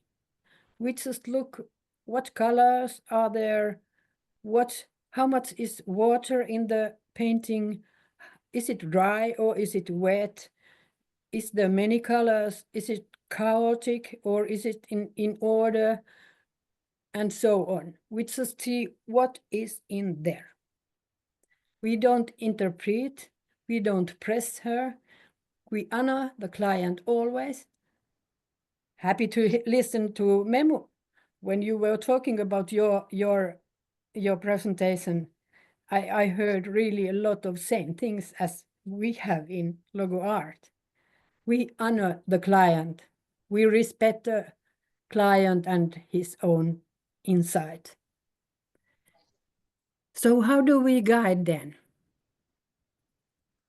Again, we use phenomenology. We use a color wheel. If there are, let's say, if there are many red spots in the painting, it looks like it's restless. And if we ask him to combine those red areas so that it is one red area, it begins to look more peaceful and more free. And that is one way what we do when we guide. So we listen the color wheel and the forms and the happenings on the paper, and we ask questions, we use Socratic dialogue, and we make suggestions, but we never press or put him to do something. And then I would like to quote our book, our LogoArt book, which we sorry, here was something. Yes, because the topic today was to be human to human. To be human today is the same, to be human always. And we think it's a genuine encounter, which is to be human, and that is love. And I quote some sentences from our book. A genuine encounter is a form of love, and love heals. Therefore, an encounter is healing, and healing is an encounter. According to Martin Buber, an encounter fulfills an I-thou relationship. There is only one you, and without you, there is no I. When I encounter you, I see you as a unique and a singular individual, which is what I also am. In other words, another person awakens something in you that already exists. To be seen is a basic human need, which makes it priceless and healing. And self-distancing also is a type of encounter. It is a dialogue inside your own mind. You can ask yourself various questions. Who am I? Who lives inside me? Who or what oversees me? How do I act? And why do I act the way I do? We also engage in encounters when we talk to God in our own thoughts, in the form of dialogue, requests, prayer, and gratitude. Encounters also take place in the noetic dimension. And LogoArt is a beautiful method for this because the connection between the soul and the brush is honest and infallible. And Margarete Hauska has said that art is a meeting of spirit and matter in every individual. When painting, we are always portraying ourselves and our own structure. And now we have LogoArt, which gives an opportunity to practice encounters at the transition of two colors. How do the colors come together? Does an edge form between them, or do they blend together? And painting that color wheel is a really good exercise for this, because a variety of encounters is possible as the three primary colors, altogether 6 colors, when they meet in the color wheel, and secondary colors and new hues are created between them. So it's really many encounterings. So my favorite sentence, the connection between the brush and the soul is straight and truthful. And what comes from you on the paper, it is you.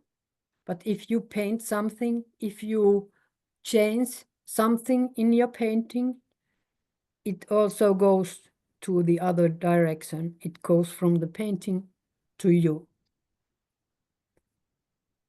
And by painting, you can get answers from inside of you, and what comes out from there is always the best thing for you.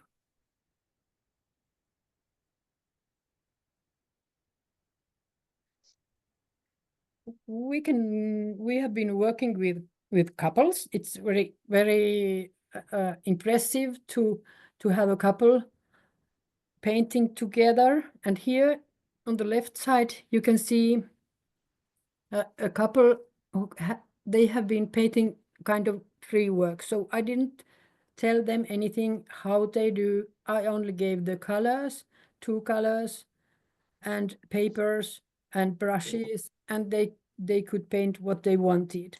And you can see that here in the middle they have not so much common, so they don't meet here. But after guiding, their work looks like this. So they meet here in the middle. They meet in blue, they meet in yellow, they meet in green. And this is what we can do. We suggest what would it be like to do this. And this exercise is, we make it so that we always say that you give from your upper right, here is the upper right, you give something, and the other one receives, and she needs to receive the same. So here he gave blue and she received blue. Here she gave green and he receives green.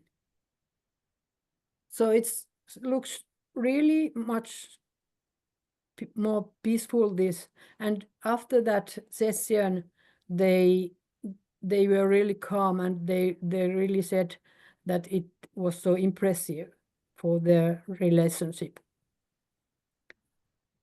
I have a short video from this to show.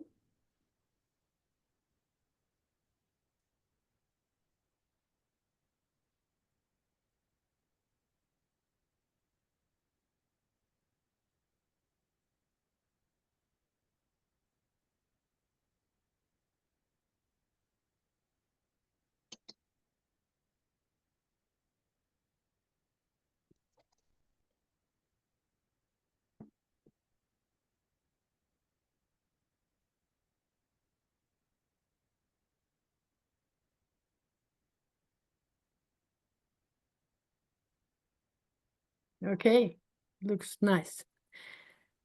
We can also do co-work with a group, and here also you give from your right and you receive to your left. So here this woman gives yellow and the other woman here receives yellow. This is encountering, this is working together, and this is to see the other person on the paper. And that is, I think, the very important thing to be human. So for the question, or I don't know if it was a question or not, but it was the topic, to be human today. LogoArt helps to be you, to be your real self, and strengthen the individuality. It also helps to manage challenges in a team, to find acceptance and respect for different values in other people. It helps to grow and develop together. So, here on the left side is one of our images of human, and here you can see the red. The lower part is red. This is the part of the will. And you know, the qualities of colors tell that red is the one on action. It's the color to act. And that's why it's red here. Then here in the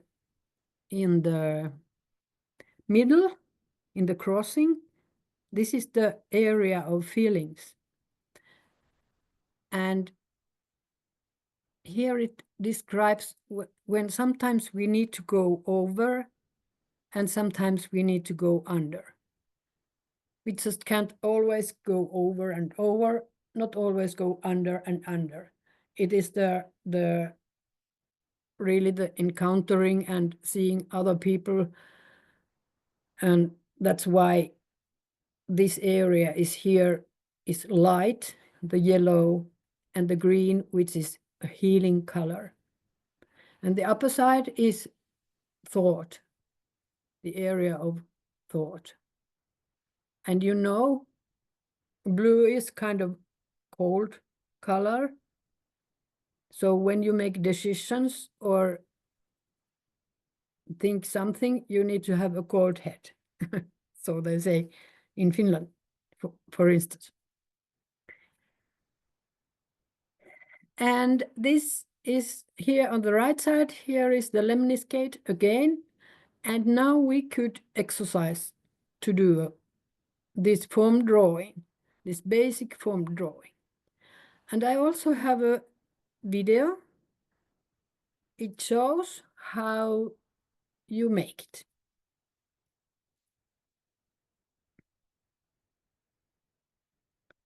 You have a piece of paper and 3 colors.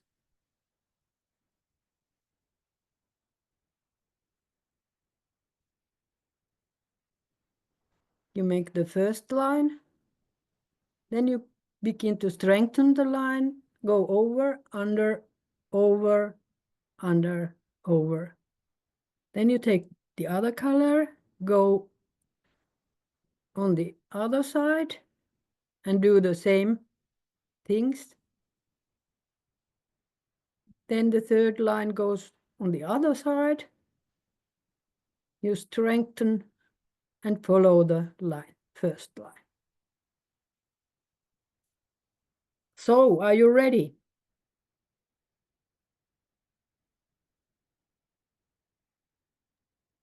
Yes, we are. Now I stop share for a while and I skip to the webcam so I can show you what to do. Now you see it. Okay. Then you take the first color and you draw the form of 8 or lemniscate, how we go. Do it very light in the beginning.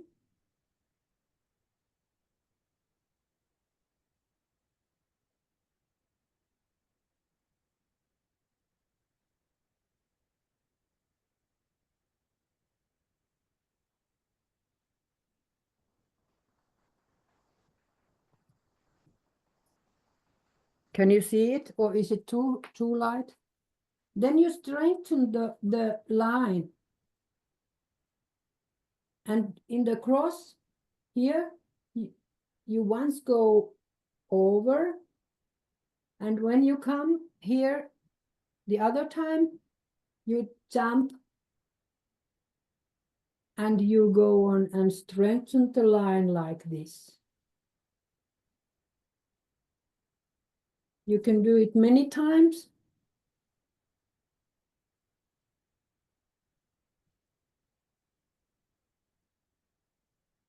Okay.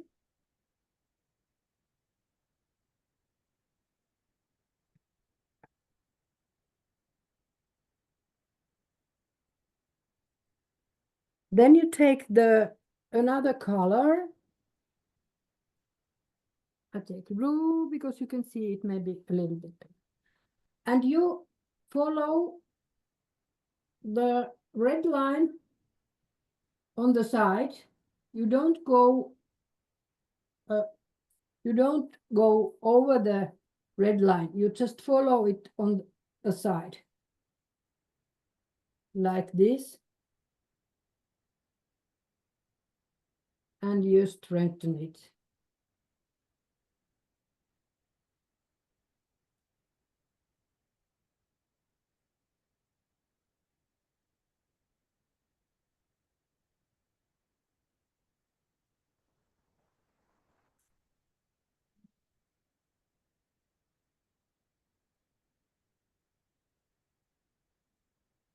Okay, ready?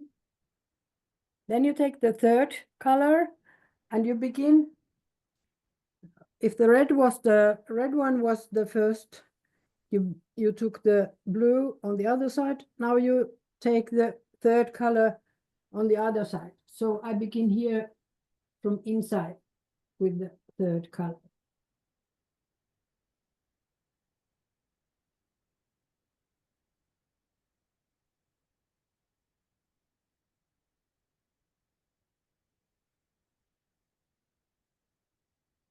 And strengthen it.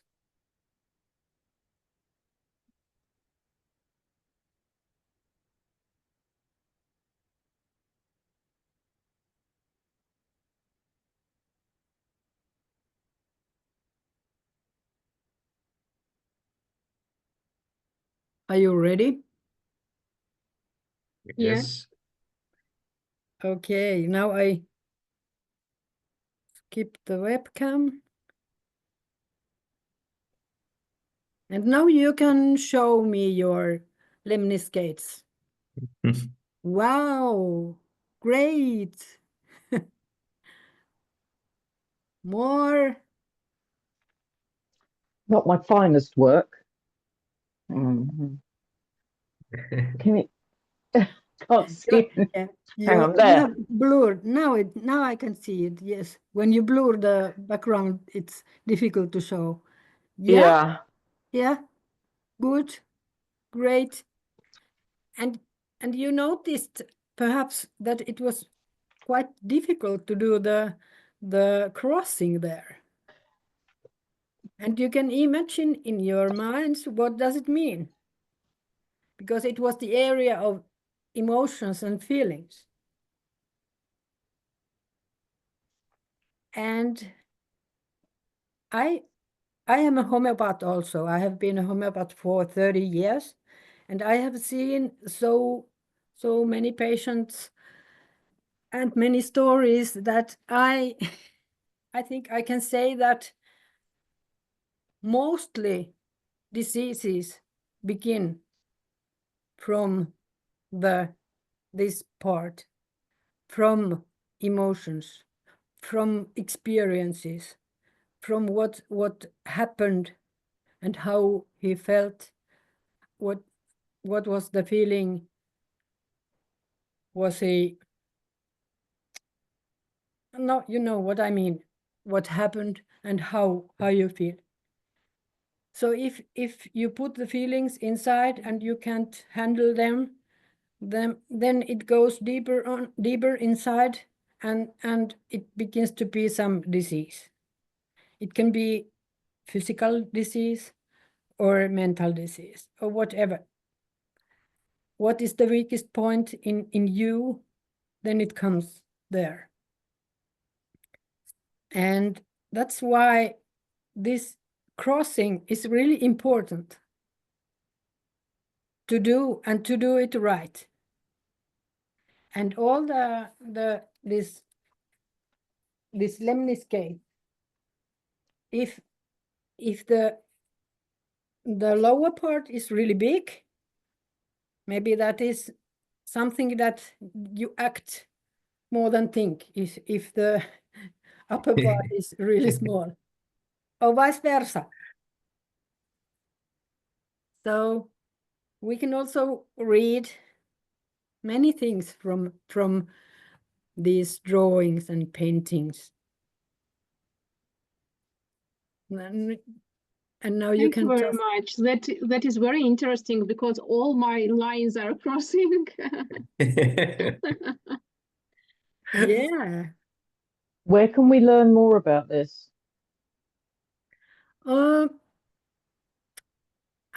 I have just done internet course, but it is in Finnish, of course. But I have an idea to translate it in English and make the new videos, because there I show really a lot of things in videos, how to do and what is it, and also the philosophy and things. So maybe it could come in English out already in some months. Oh. If you want. Because I worked as an art therapist, and with people with special needs, and it was with a logotherapeutic approach, but it was completely different to what you just spoke about, and it really interests me. So you've got one person in English. Great. And just send me your email, because I will be making a Zoom maybe in January, where I tell just little bits. You know, Nino, you bought my book, so you know something. Yeah. And Aureliano. Is the book in English? But this is, I will show also a little bit of the book later on. But there is the philosophy and all the methods and also exercises and things in that book. And that's why I want to make a Zoom and explain a little bit how to use this book. Because otherwise it can be a little difficult. And maybe later on we can make a course to exercise also to be a LogoArt therapist also. In Finland, we have done it really a lot. But yes, I want to tell you, Aviva, that I have been working with people with mental health difficulties and people with what's that? Down syndrome. Dementia? And Definitely dementia Down also, syndrome. yes. My son had Down syndrome. Yeah. I had a son with Downs. Yes. And it can also help them, even if it's little steps, it can help. For instance, there was a guy who had epilepsy, and he was really string and stiff and very angry. And he never used yellow color. And when I got him to use just a little bit yellow and then a little bit more yellow, he had not so many epileptic sessions. This is fascinating. He was not anymore so angry. And he was, I think he was about 40 years old, but at the age of 4 or 5, how he was. And it was really amazing. Now I want to share something more.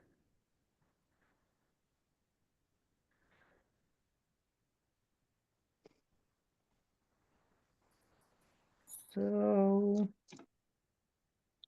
now you see the Yes. lemniscate. I show you still the video so you can put it in your minds. Because it's really effective to do this easy form.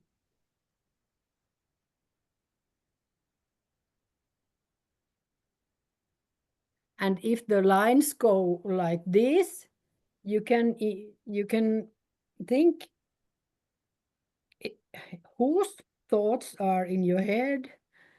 Are there so many thoughts that go and go?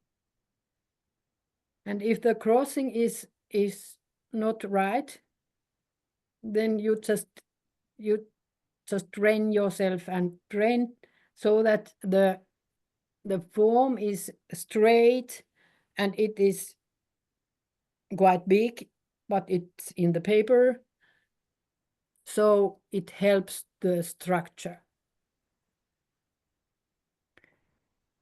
Okay. Now, here it comes. So we have cooperated with Marianne more than 20 years here in Finland. We have done together 6 courses, 2.5-year courses. I am also a faculty member of the Logotherapy Institute in Dallas. And I am also, we both are also accredited in the Logotherapy organization in Vienna also. So there are about, I think, 63 graduated LogoArt therapists in Finland this year. And some years ago, we finished our book of LogoArt, meaning-centered art therapy. In Finnish, it came out 21, and in English, 22. And in Portuguese, it's coming soon. And maybe in Ukrainian also. So if you have any questions, you can contact us. Me, Irmeli Lehtioksa at gmail.com or marianne.silvaprado@gmail.com. And you can go visit our website, logoart.fi. And there you can see some more about LogoArt. And yes. Then Thank you very much. Thanks a lot. It was really very interesting, very meaningful LogoArt technique. And we will reflect on this technique afterwards for sure. So thank you very much for nice insights. And let's make 10 minutes break, okay? And then we will come together and we will have 2 presenters, Aureliano Pacciolla from Italy and Batya Yaniger from Israel. So thank you very much, and we'll see you in 10 minutes.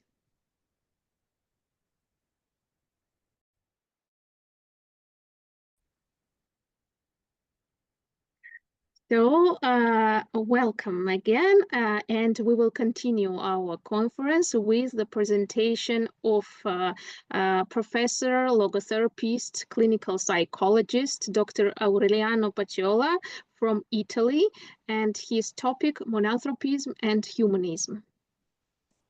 With a great pleasure, I transfer him. Yeah. Yes, thank you. Can you, may I share my screen, please? Sure. I would like to show my, okay. Can you see my slide? Yes. Yes. Can you see my slides? Yes, we see it. Yes, but not in a Okay. presentation mode. Yeah. We see the slides on the side. Yes. Maybe you may take it into presentation mode.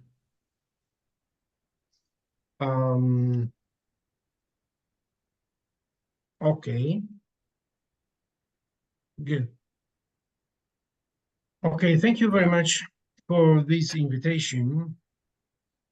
I will name the number of my slides. So in case you need to give me some question, you may mention the number of the slide, so I would be better oriented. And the reason why I give my email, my phone number, is because I like to keep in touch and with you all and share our experience. Briefly, my theme is Monanthropism and the Humanism, and the reason for picking up this topic is because I believe that our reflection and practice about these 2, Monanthropism and the Humanism, what we mean for Monanthropism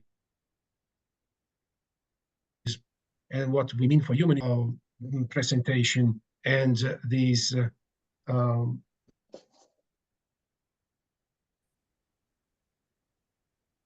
the one humanity. As an introduction, is that what I'm talking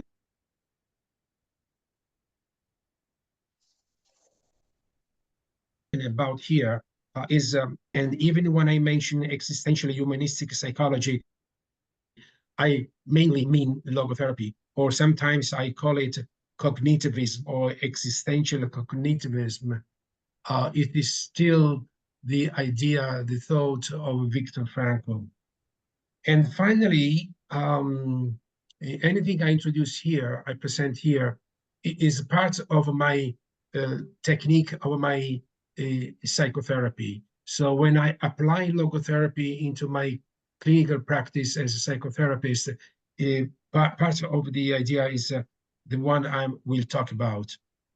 So here I would like to share with you two concepts, monanthropism and humanism, not only in psychology and pedagogy, but also in contemporary sociology. So logotherapy as an existential humanistic psychology can help us to define and apply both monanthropism and humanism.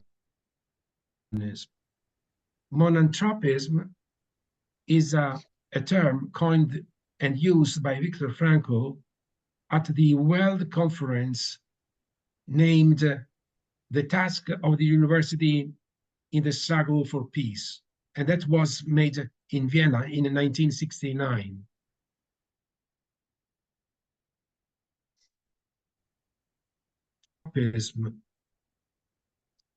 It is first necessary to understand that what Frankl and existential humanistic psychology mean for self-transcendence. My definition taken from Frankl, my definition of self-transcendence is the ability to commit and sacrifice oneself for something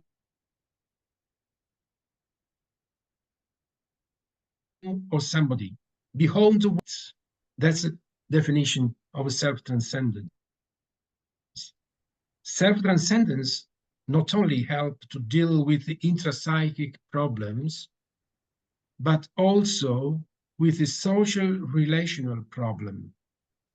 Contemporary pedagogy provides in the path of personal, family, and the group growth the identification of the dimension of self-transcendence and the appropriate strategies to develop this dimension for social growth. And it is also for peace process. That's the third slide number 3.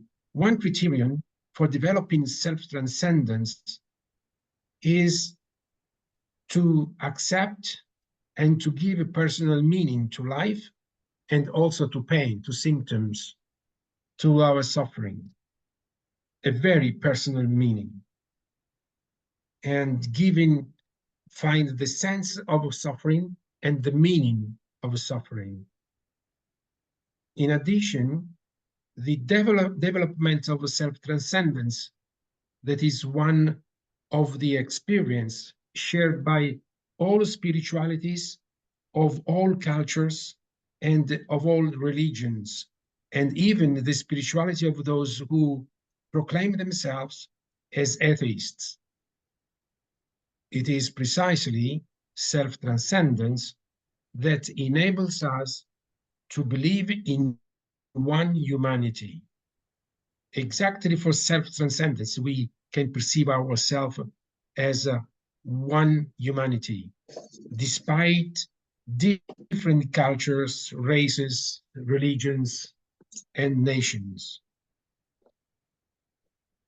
It would be if values are to be found, if meaning is to be found, that applies to everyone.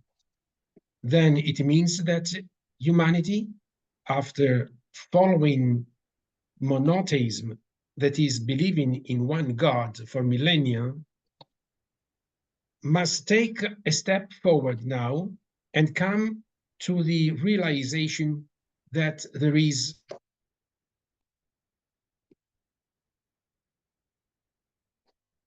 only one humanity, a monanthropism.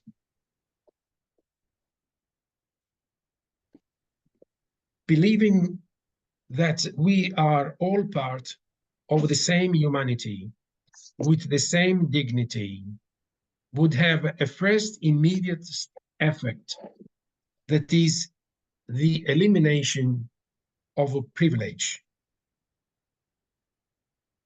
This would make it easier to perceive peace as a right and peace and forgiveness as a gift to be given, and also forgiveness a right to receive. Monanthropism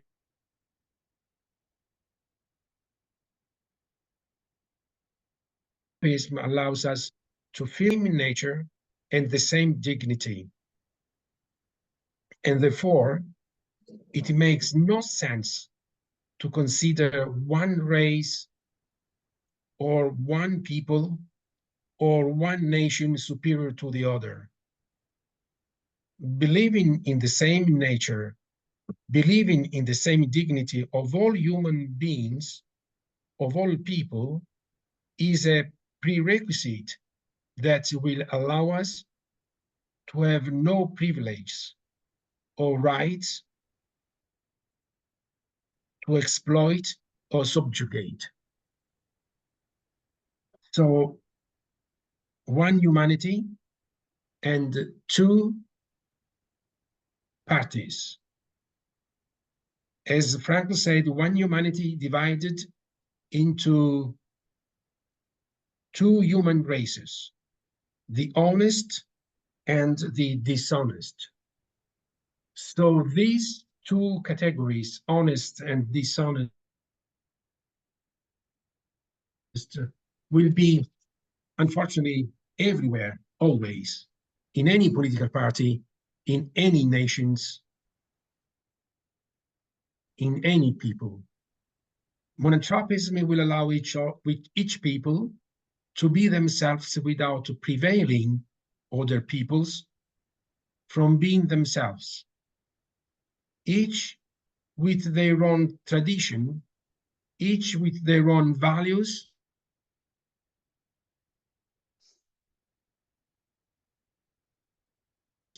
and plans for the future. Our monanthropism came precisely from a concentration camp inmate, as Viktor Frankl and other people like him, who had been imprisoned because of the prejudice of someone who thought that he belonged to a pure race that had the right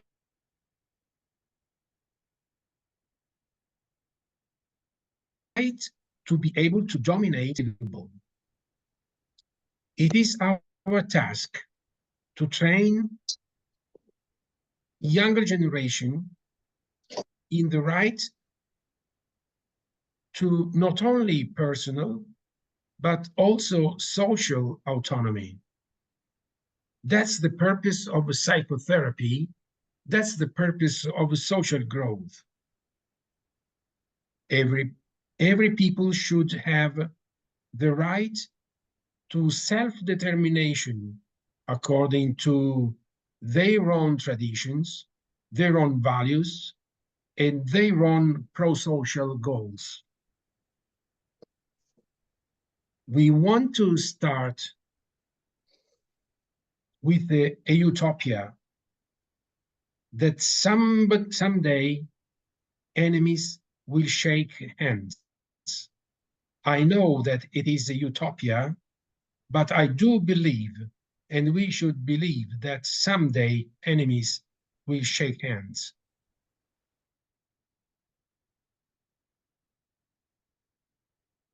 But we also ask, and who today is hindering this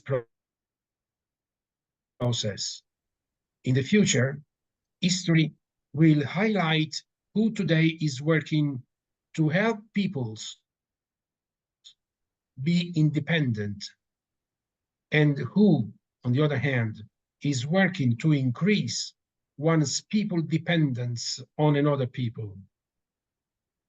Dependence can be economic, cultural, linguistic, and ideological. Independence implies the possibility of self-determination by building one's future according to one's personal individualities, but also regional, cultural, and national individualities. In order to realize monanthropism, it is necessary to clarify and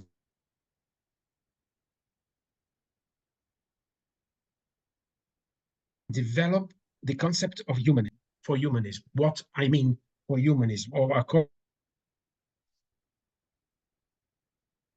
to logotherapy's humanism. Again, who can most help our consideration is logotherapy. The premise for understanding and apply in clinical psychology the concept of dimensions of humanism is that of a critique to rationalism. And I also would add some kind of cognitivism. For many years and centuries, we have been taught by many philosophers that the human being was defined as a rational animal. With this definition, these philosophers wanted to point out that the main difference between humans and animals was rationality, because the most peculiar and the most valuable characteristic of humans was thought was rational logic. Psychology has also had this limitation in the cognitivism, to believe that the rationality and the reasonableness can lead to mental health if it is substituted for emotional or impulsive irrationality and unawareness, unreasonableness. I do not deny that this could work for many, in many cases. But I would also like to preface this definition with a hypothesis of my own. For me, there is something more peculiar and more powerful than rational logic, and that is conscience. Therefore, any discipline or any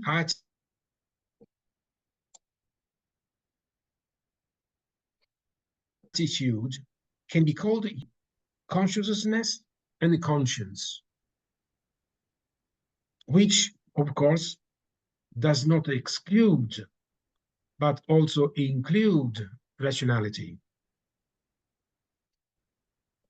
In my opinion, it is not so much rational logic that helps patients and peoples to improve their quality of life, but it is consciousness and conscience that helps to find a change attitude for not only personal benefit, but also for benefit of others individuals and others people.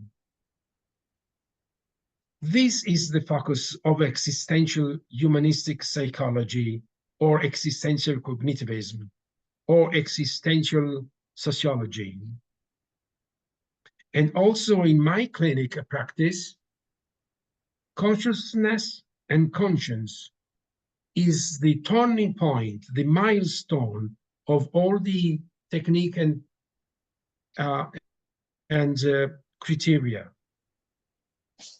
To the extent that a therapist helps a patient becoming aware of the causes correlated with the symptoms and the consciousness on self and others of his or her symptoms, to that extent, the approach, methodology, criteria, and techniques can be considered humanistic. So what makes humanistic an approach is conscience and consciousness. It is the awareness that characterizes the human dimension of all attitudes and behavior. It is not so much rationality, but rather conscious awareness and consciousness that help to perceive life, one's own and others, as valuable and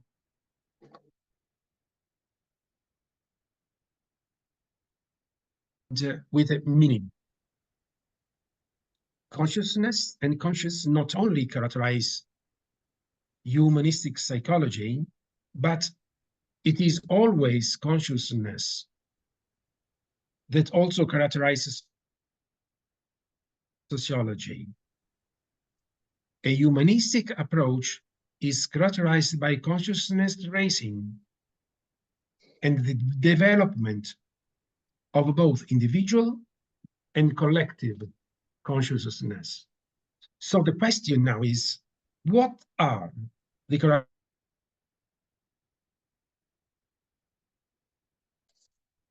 characteristics of humanistic? Another question is, how much can a social psychology really can be called humanistic? For me, the conscience and consciousness that should characterize truly humanistic social psychology, like logotherapy, should be three-dimensional.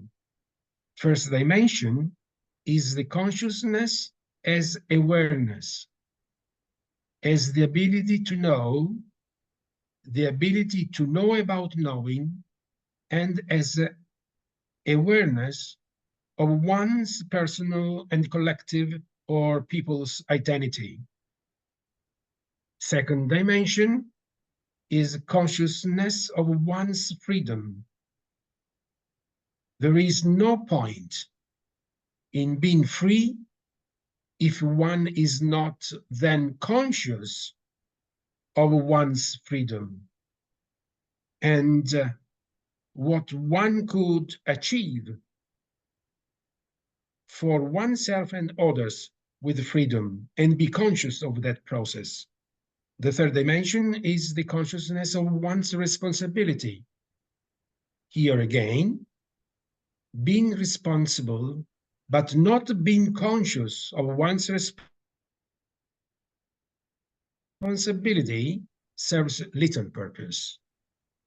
So this three-dimensional consciousness and conscious would be considered in all three of its components, and in the pedagogical projects, it is necessary to train younger generation, training younger generation to consciousness and conscience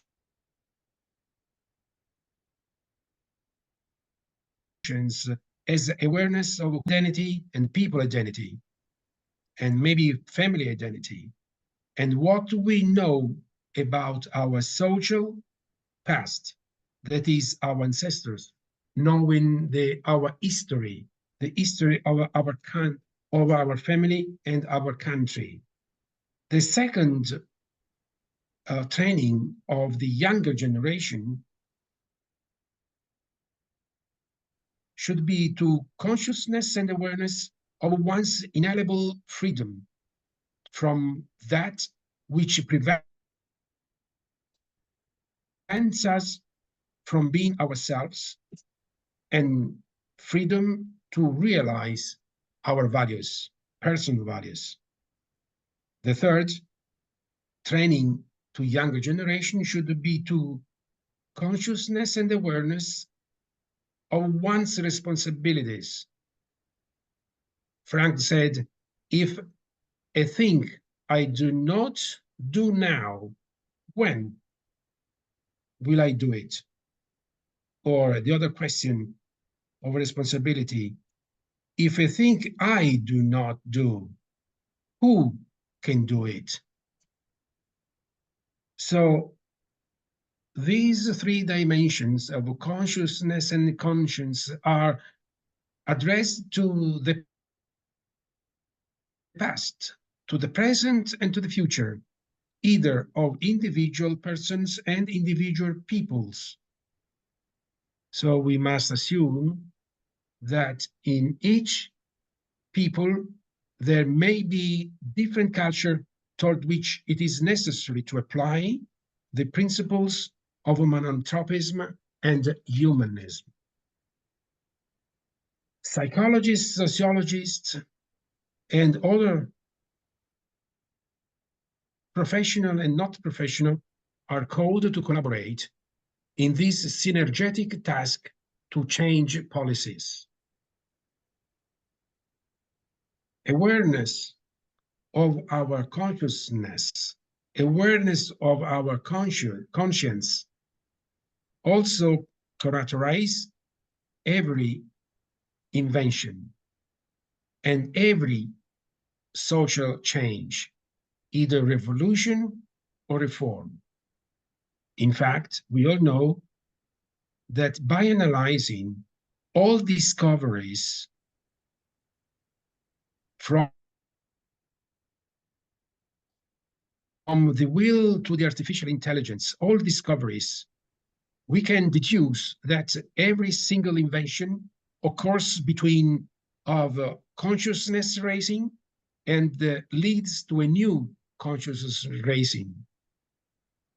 The same is true for social changes. It is consciousness raising that leads to social change. And every social change leads to a new consciousness raising. History, after all, is changing consciousness. Consciousness raise from conscious raising to a conscious raising.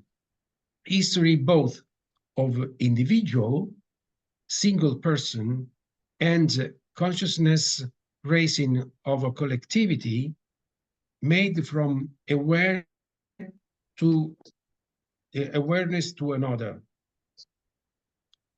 So that's valid. These principles are valid for me, for psychotherapy, for social worker, for everybody.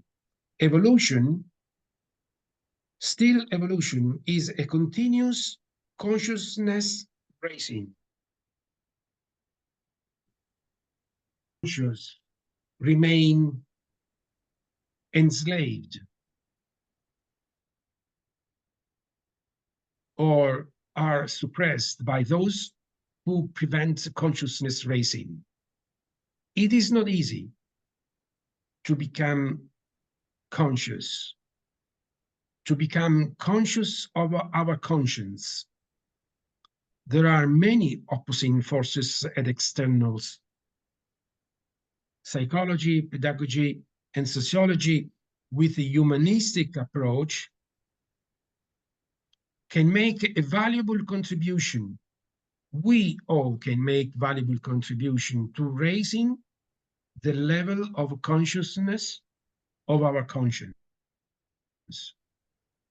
to the point where change must be made. In fact, often in a society, the raising of consciousness to a very high level can be able to propose change happens mainly because of an individual. An individual may be called Martin Luther King, an individual, a single individual called Buddha or Confucius or Jesus Christ, or a patriot hero.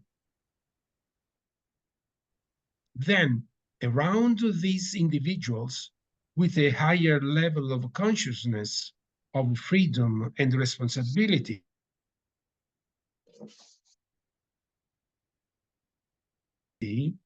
others are consciousness prevails other walks of the until change mature. Now I come to my conclusion. Consciousness is the most peculiar force of human beings that cannot be peculiar of any other living beings or artificial intelligence. Consciousness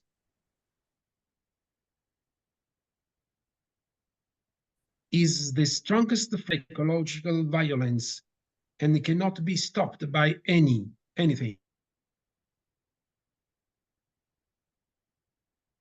by anybody, not other than conscious and the consciousness of conscience. That is why we have an historical task that we cannot lose. In a conclusion, we should make difference between consciousness and conscience. Consciousness is awareness, mindfulness, be present. Conscience, instead, as Franco said, is the combination of freedom and responsibility. So in one word, my conclusion is that we have a task to train each other and train especially younger generation to be aware that we are free and responsible. If we are free and responsible, but if we are not aware, if we are not conscious that we are free and responsible, that is a little thing. Okay. Thank you very much for your attention.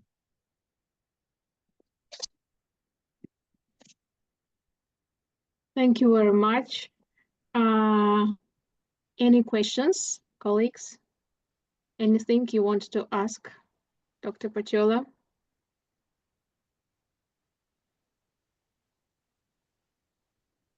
Okay, then keep your questions a little bit, and I will present our dear colleague from Israel, head of Viktor Frankl Institute Israel, Batya Yaniger, and her presentation.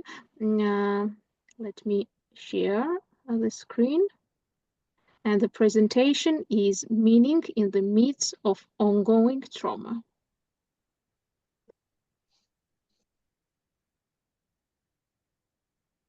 Okay, I don't see it on my screen. There we go. Okay. Thank you very much, Nino, and I'm really honored to be at this presentation. Do you hear me? Yes, do you hear me? Quite well. Yes, okay. we do. Yeah. Yes. Thank you. But Okay, this presentation, we don't see your calling it- presentation. Now it's upcoming. I'm calling it Meaning Amidst Ongoing Trauma. Do you hear me now? Because now I see again, it looks like. I hear you. Yes, okay. Because I'm not talking about post-traumatic anything, something that happened in the past and is finished. I'm talking about something that's ongoing. Since I don't have the slides, I'm going to tell Nino each time, next slide. Okay, so next slide. Thank you. So what is ongoing about it? Ongoing war with no end in sight, indefinite time frame for military service, citizens who don't know when they will be able to go home, women who don't know when their husbands and sons will return, hostages who don't know when they will get out of captivity, a population that is alert to sirens and nations does not know when the threat of annihilation will end. Next slide. I don't see any slide. Okay. The truth is that even without the slides, I can just present it and I can send you the slides afterwards, and it's not really so essential. So how can logotherapy principles help? And I want to share with you a few examples of people that I know and the stories that they tell. And I want to talk about how the logotherapy principles actually apply, in particular, in this kind of situation where there's so much uncertainty and so much that's unknown. First of all, Viktor Frankl talked about the principle of unconditional faith and unconditional meaning. And he said that since we cannot see the bigger picture, it is not knowledge which decides, but faith and commitment. Because you're not going to be able to know enough with your limited human knowledge to be able to decide. So what is that commitment to? And it's actually a commitment to values. And the values are the hidden reality that we don't see, the tasks and the faith. So I want to focus on those two kinds of values. And before we even get to the tasks and the faith, I'll give you a few examples of how people cope. So one person said, for example, people think that being strong means that you're not allowed to cry or show weakness. I disagree with that. I think that being strong means understanding the pain, accepting the pain, and letting others help you cope with it all and helping them cope with it too. There's another person who talked about staying with relatives and how hard that was because she saw helicopters carrying wounded soldiers and her relatives listened to the news too much. She decided that if her friend is ill and she can live alone, then so can she. And she also talked about people organizing activities, art programs, portable kitchens, donating yoga mats, and all kinds of things. And what's interesting is she said, should I call it love for the country? I don't know. It felt like they were operating on a higher level of consciousness, just like the presentation we just finished seeing, a higher level of consciousness. There was this incredible empathy and solidarity. I loved that. This is what I wanted to see in the world. This is what was missing in my life. Next slide. Another example, a worried wife and mother. She can't sleep. She feels helpless. She's worried about the country and the future. She doesn't know what to do with herself. So what does she do? She makes soup for 50 soldiers. She raises money to buy ceramic bulletproof vests for her son's army unit. She organizes friends to meet weekly to say psalms and to sing and dance. Next slide. And one more, there's a woman in my community who said she was imagining the worst. She said 7 members of her family were drafted. And she tells herself, I have no control and I am not taking on the problems of the world. I'm only doing my best to add good to the world. So what can we do to add good? We can sleep, we can be kind, we can take on good deeds, connect to God, understand everything, but we do our best. And when her son went into Gaza, she felt like it's the end. She better go home so that when there's the knock at the door, she'll be there. And she imagined the worst. And she said, then when she was imagining the worst, that was the time to pray, not only for her son, but for all of Israel. Next slide, please. What is the logotherapy approach to life? When you look back at your past and you see every condition and event as part of your personal story and journey that was given to you to become who you were meant to become, then you look at it very differently. Then even the worst experiences that you've had in the past, you realize that it's an opportunity to help you to reach, to transcend, to reach to a better place. Similarly, everything that happens to you as an individual is history, is his story and her story of who you are meant to be as part of something bigger. Everything that happens to you is not only for your sake, but is part of the unfolding story of the world, part of a bigger picture. And this is the way Israelis think. Okay, I'm just telling you, like, the way I'm telling you the story, like how it is. This is a perspective that brings comfort, so that an individual death was not in vain, and it brings hope.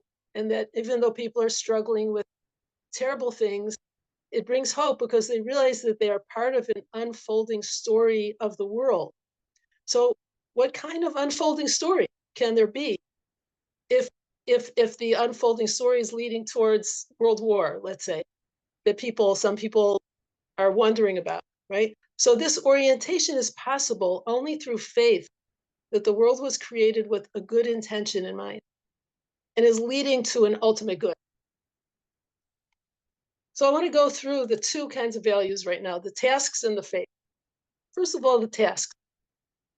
A very important principle in the Israeli mindset, because it's an important principle in the Jewish mindset and is in the logotherapeutic mindset, is the idea of a task that's specifically suited for you and a mission in life that you can do and nobody else in the world can do, right? So when you see a need, there's this mentality that when you see a need, you ask, how am I needed? And living as a human being is to live for a higher purpose. That is what it means to be human. So what is the meaning of life? The answer to evil is to do good, to be a light.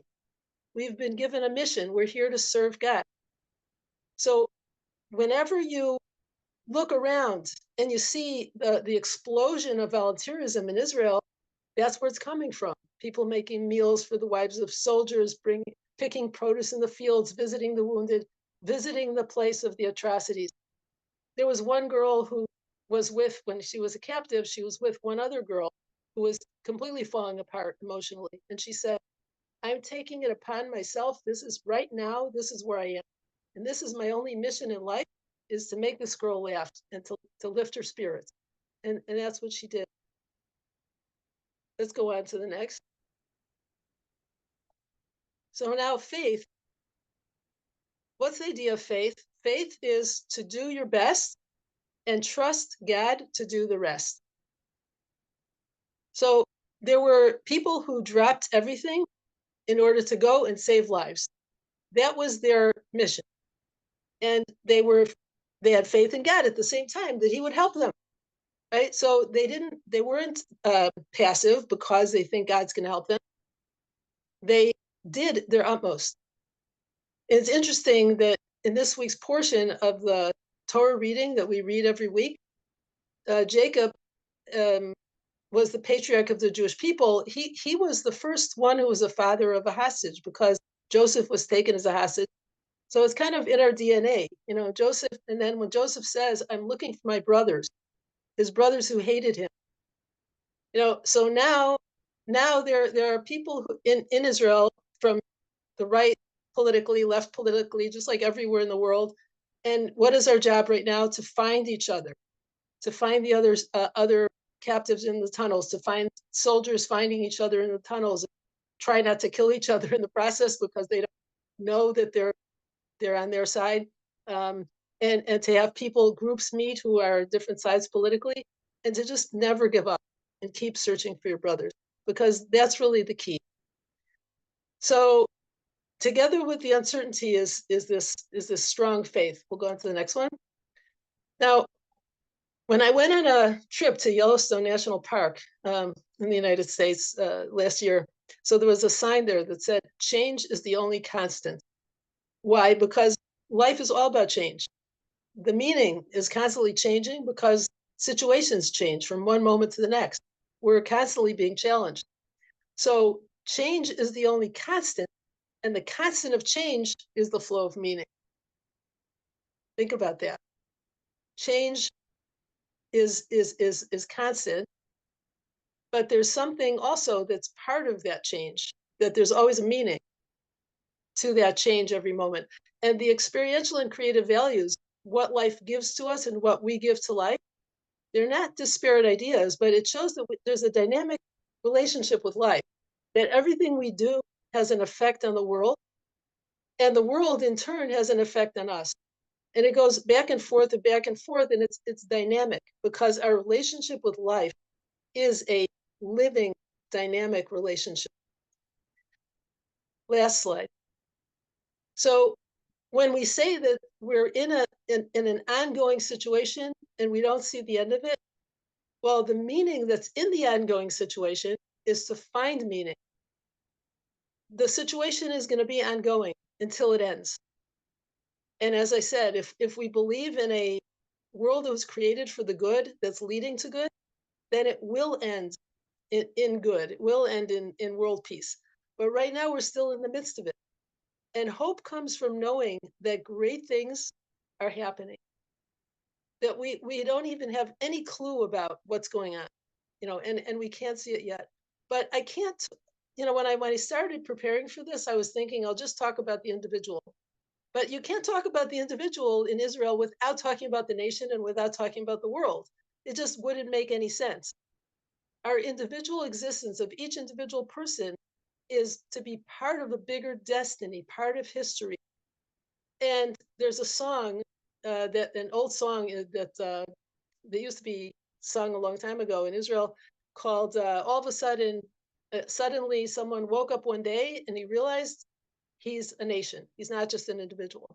And that's what it is. We're in the midst of something that's awe-inspiring, that calls us forth. And so it's not merely to cope and be resilient, but to be a significant part of the story. And each individual in their own way, and each of us in very different ways, is finding ways and seeking out ways to find that meaning, and especially through the things that we can do, that we uniquely can do as individuals, and to find that faith that allows us to trust that we are doing everything we can do. And then once we do that, once we do everything we can do, then we can put our faith in a higher purpose, and live for a higher purpose and put our faith in that higher purpose. Okay, thank you.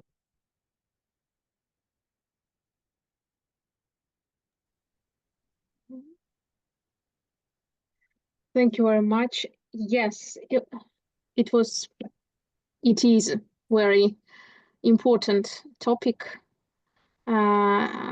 because you are facing this problem right now. All the world is facing problem all around the world, every country, and we need to find solution. And maybe seeing person, human in each other, maybe will help not to kill each other and be more kind to each other and be more conscious. Yes, dear Aroni, please. Yeah, thank you. Thank you, Batya, for a wonderful presentation. Could you repeat that sentence? The constant flow of change, the flow of meaning. What was it again? Yeah, that change is the only constant, and the constant of change is the flow of meaning. So can you explain the second part? Constant of flow is the flow. The constant of change is the flow of meaning, okay? Because constantly changing, constantly sending us new challenges. Mm-hmm. And we need to, Elizabeth Lucas talks about how we need to surrender to that flow, because that's where we always find meaning, when we just surrender to it and say, I'm not in control here, but I'm just looking to see what meaning life is bringing me now, right? So when we go into that flow that's always accompanying the change, right? That's where we can find the meaning. You can't hold on to it because it keeps on moving so quickly. You have to just be there, like flowing with the current. It's like what Frankel said, the meaning of the moment, then, because the moment is changing all the time. That's what it is, yeah. It's another way of saying the meaning of the moment by looking at the change aspect of it. Exactly. Right, because the meaning change, because the moment changes every moment. Every moment there's another meaning. Yeah. Thanks. Thank you very much. And I want to ask you all, what is the main idea of today for you? Well, what will you take from this conference? Well, I'd like to start if I may. I think it's great that you did it. Okay, I want to say that the very fact that you put it together is already enough, and everything we got after that, and we got a lot, is just added benefit, because what you're doing is you're allowing us to discuss logotherapy from different angles, from different people in different ways, not only stimulating, but it's creating community. I think that's great. So I'm leaving here with a sense of community and waiting for tomorrow as well. Thank you. Thank you very much. And thank you for participating this year. And thank you for organizing and for helping and supporting the first year of conference. So thank you very much and very glad to see you today. Any other who want to share their ideas? I agree. I feel very much sort of supported and connected and more, I've forgotten the word, but sort of more enthusiastic in a way. You know, it's the difference between, you know, if you're sitting by yourself at home and you have all these great ideas and things that you want to think about and share, or then you get together with a group and it's, you know, it's the dynamic, and it's nice that there's so many people who are interested and so passionate about it. So that for me is great, to all sort of connect, because, you know, there isn't a lot of people who know about logotherapy that you can sort of commune with, as it were, and also learning new things, for example. Thank you very much. Thanks a lot.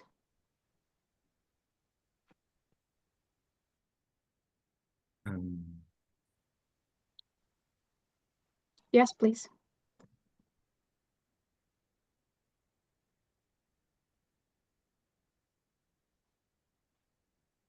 Yes, please, dear Memduh. So I'm also leaving with the feeling of belonging to a community where my really beliefs are resonating. And today what I have discovered is really the essence of humanity's self-transcendence. I'm not touching, but I'm influenced from Eleni's story that Joe never saw the forest. So if we are trying to achieve something solid, something conceivable in terms of objectivity, then we can conclude that it is against being human. So if we are human, the self-transcendence is the essence, and so we have to invest in suffering. And I was influenced for the difference between consciousness and conscience, and so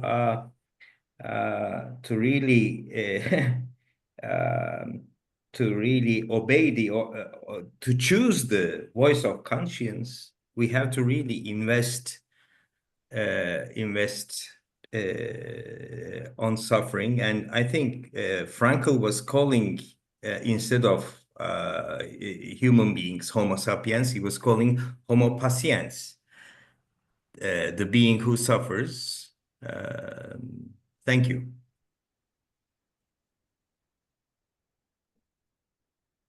Thank you very much. Anyone else who wants to share some thoughts? And if you don't mind, please write in the name of your country, or maybe download the flag of your country on the phone.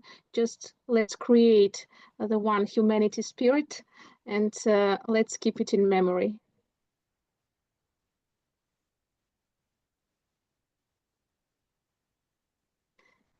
And thank you again, once again, very much. This is my country's flag, Georgia, and the best regards from Georgia. Yes, Greece, Israel, Italy, Turkey, US, Germany.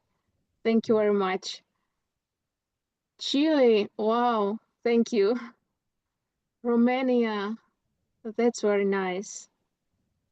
We really are the one humanity, and I'm feeling blessed that today we are here, and this small and tiny initiative was supported from you, the huge people all around the world, and thank you very much. I think the changes start from us, from these micro changes, and really let's make the world that Frankel will be thought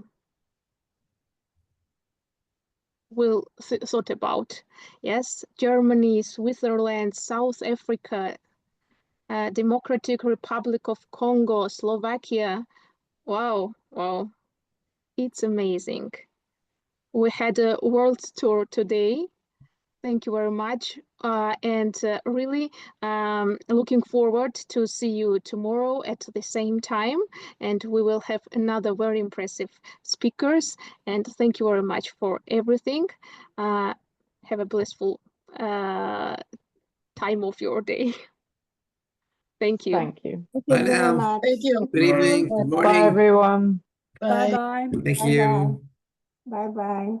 I am.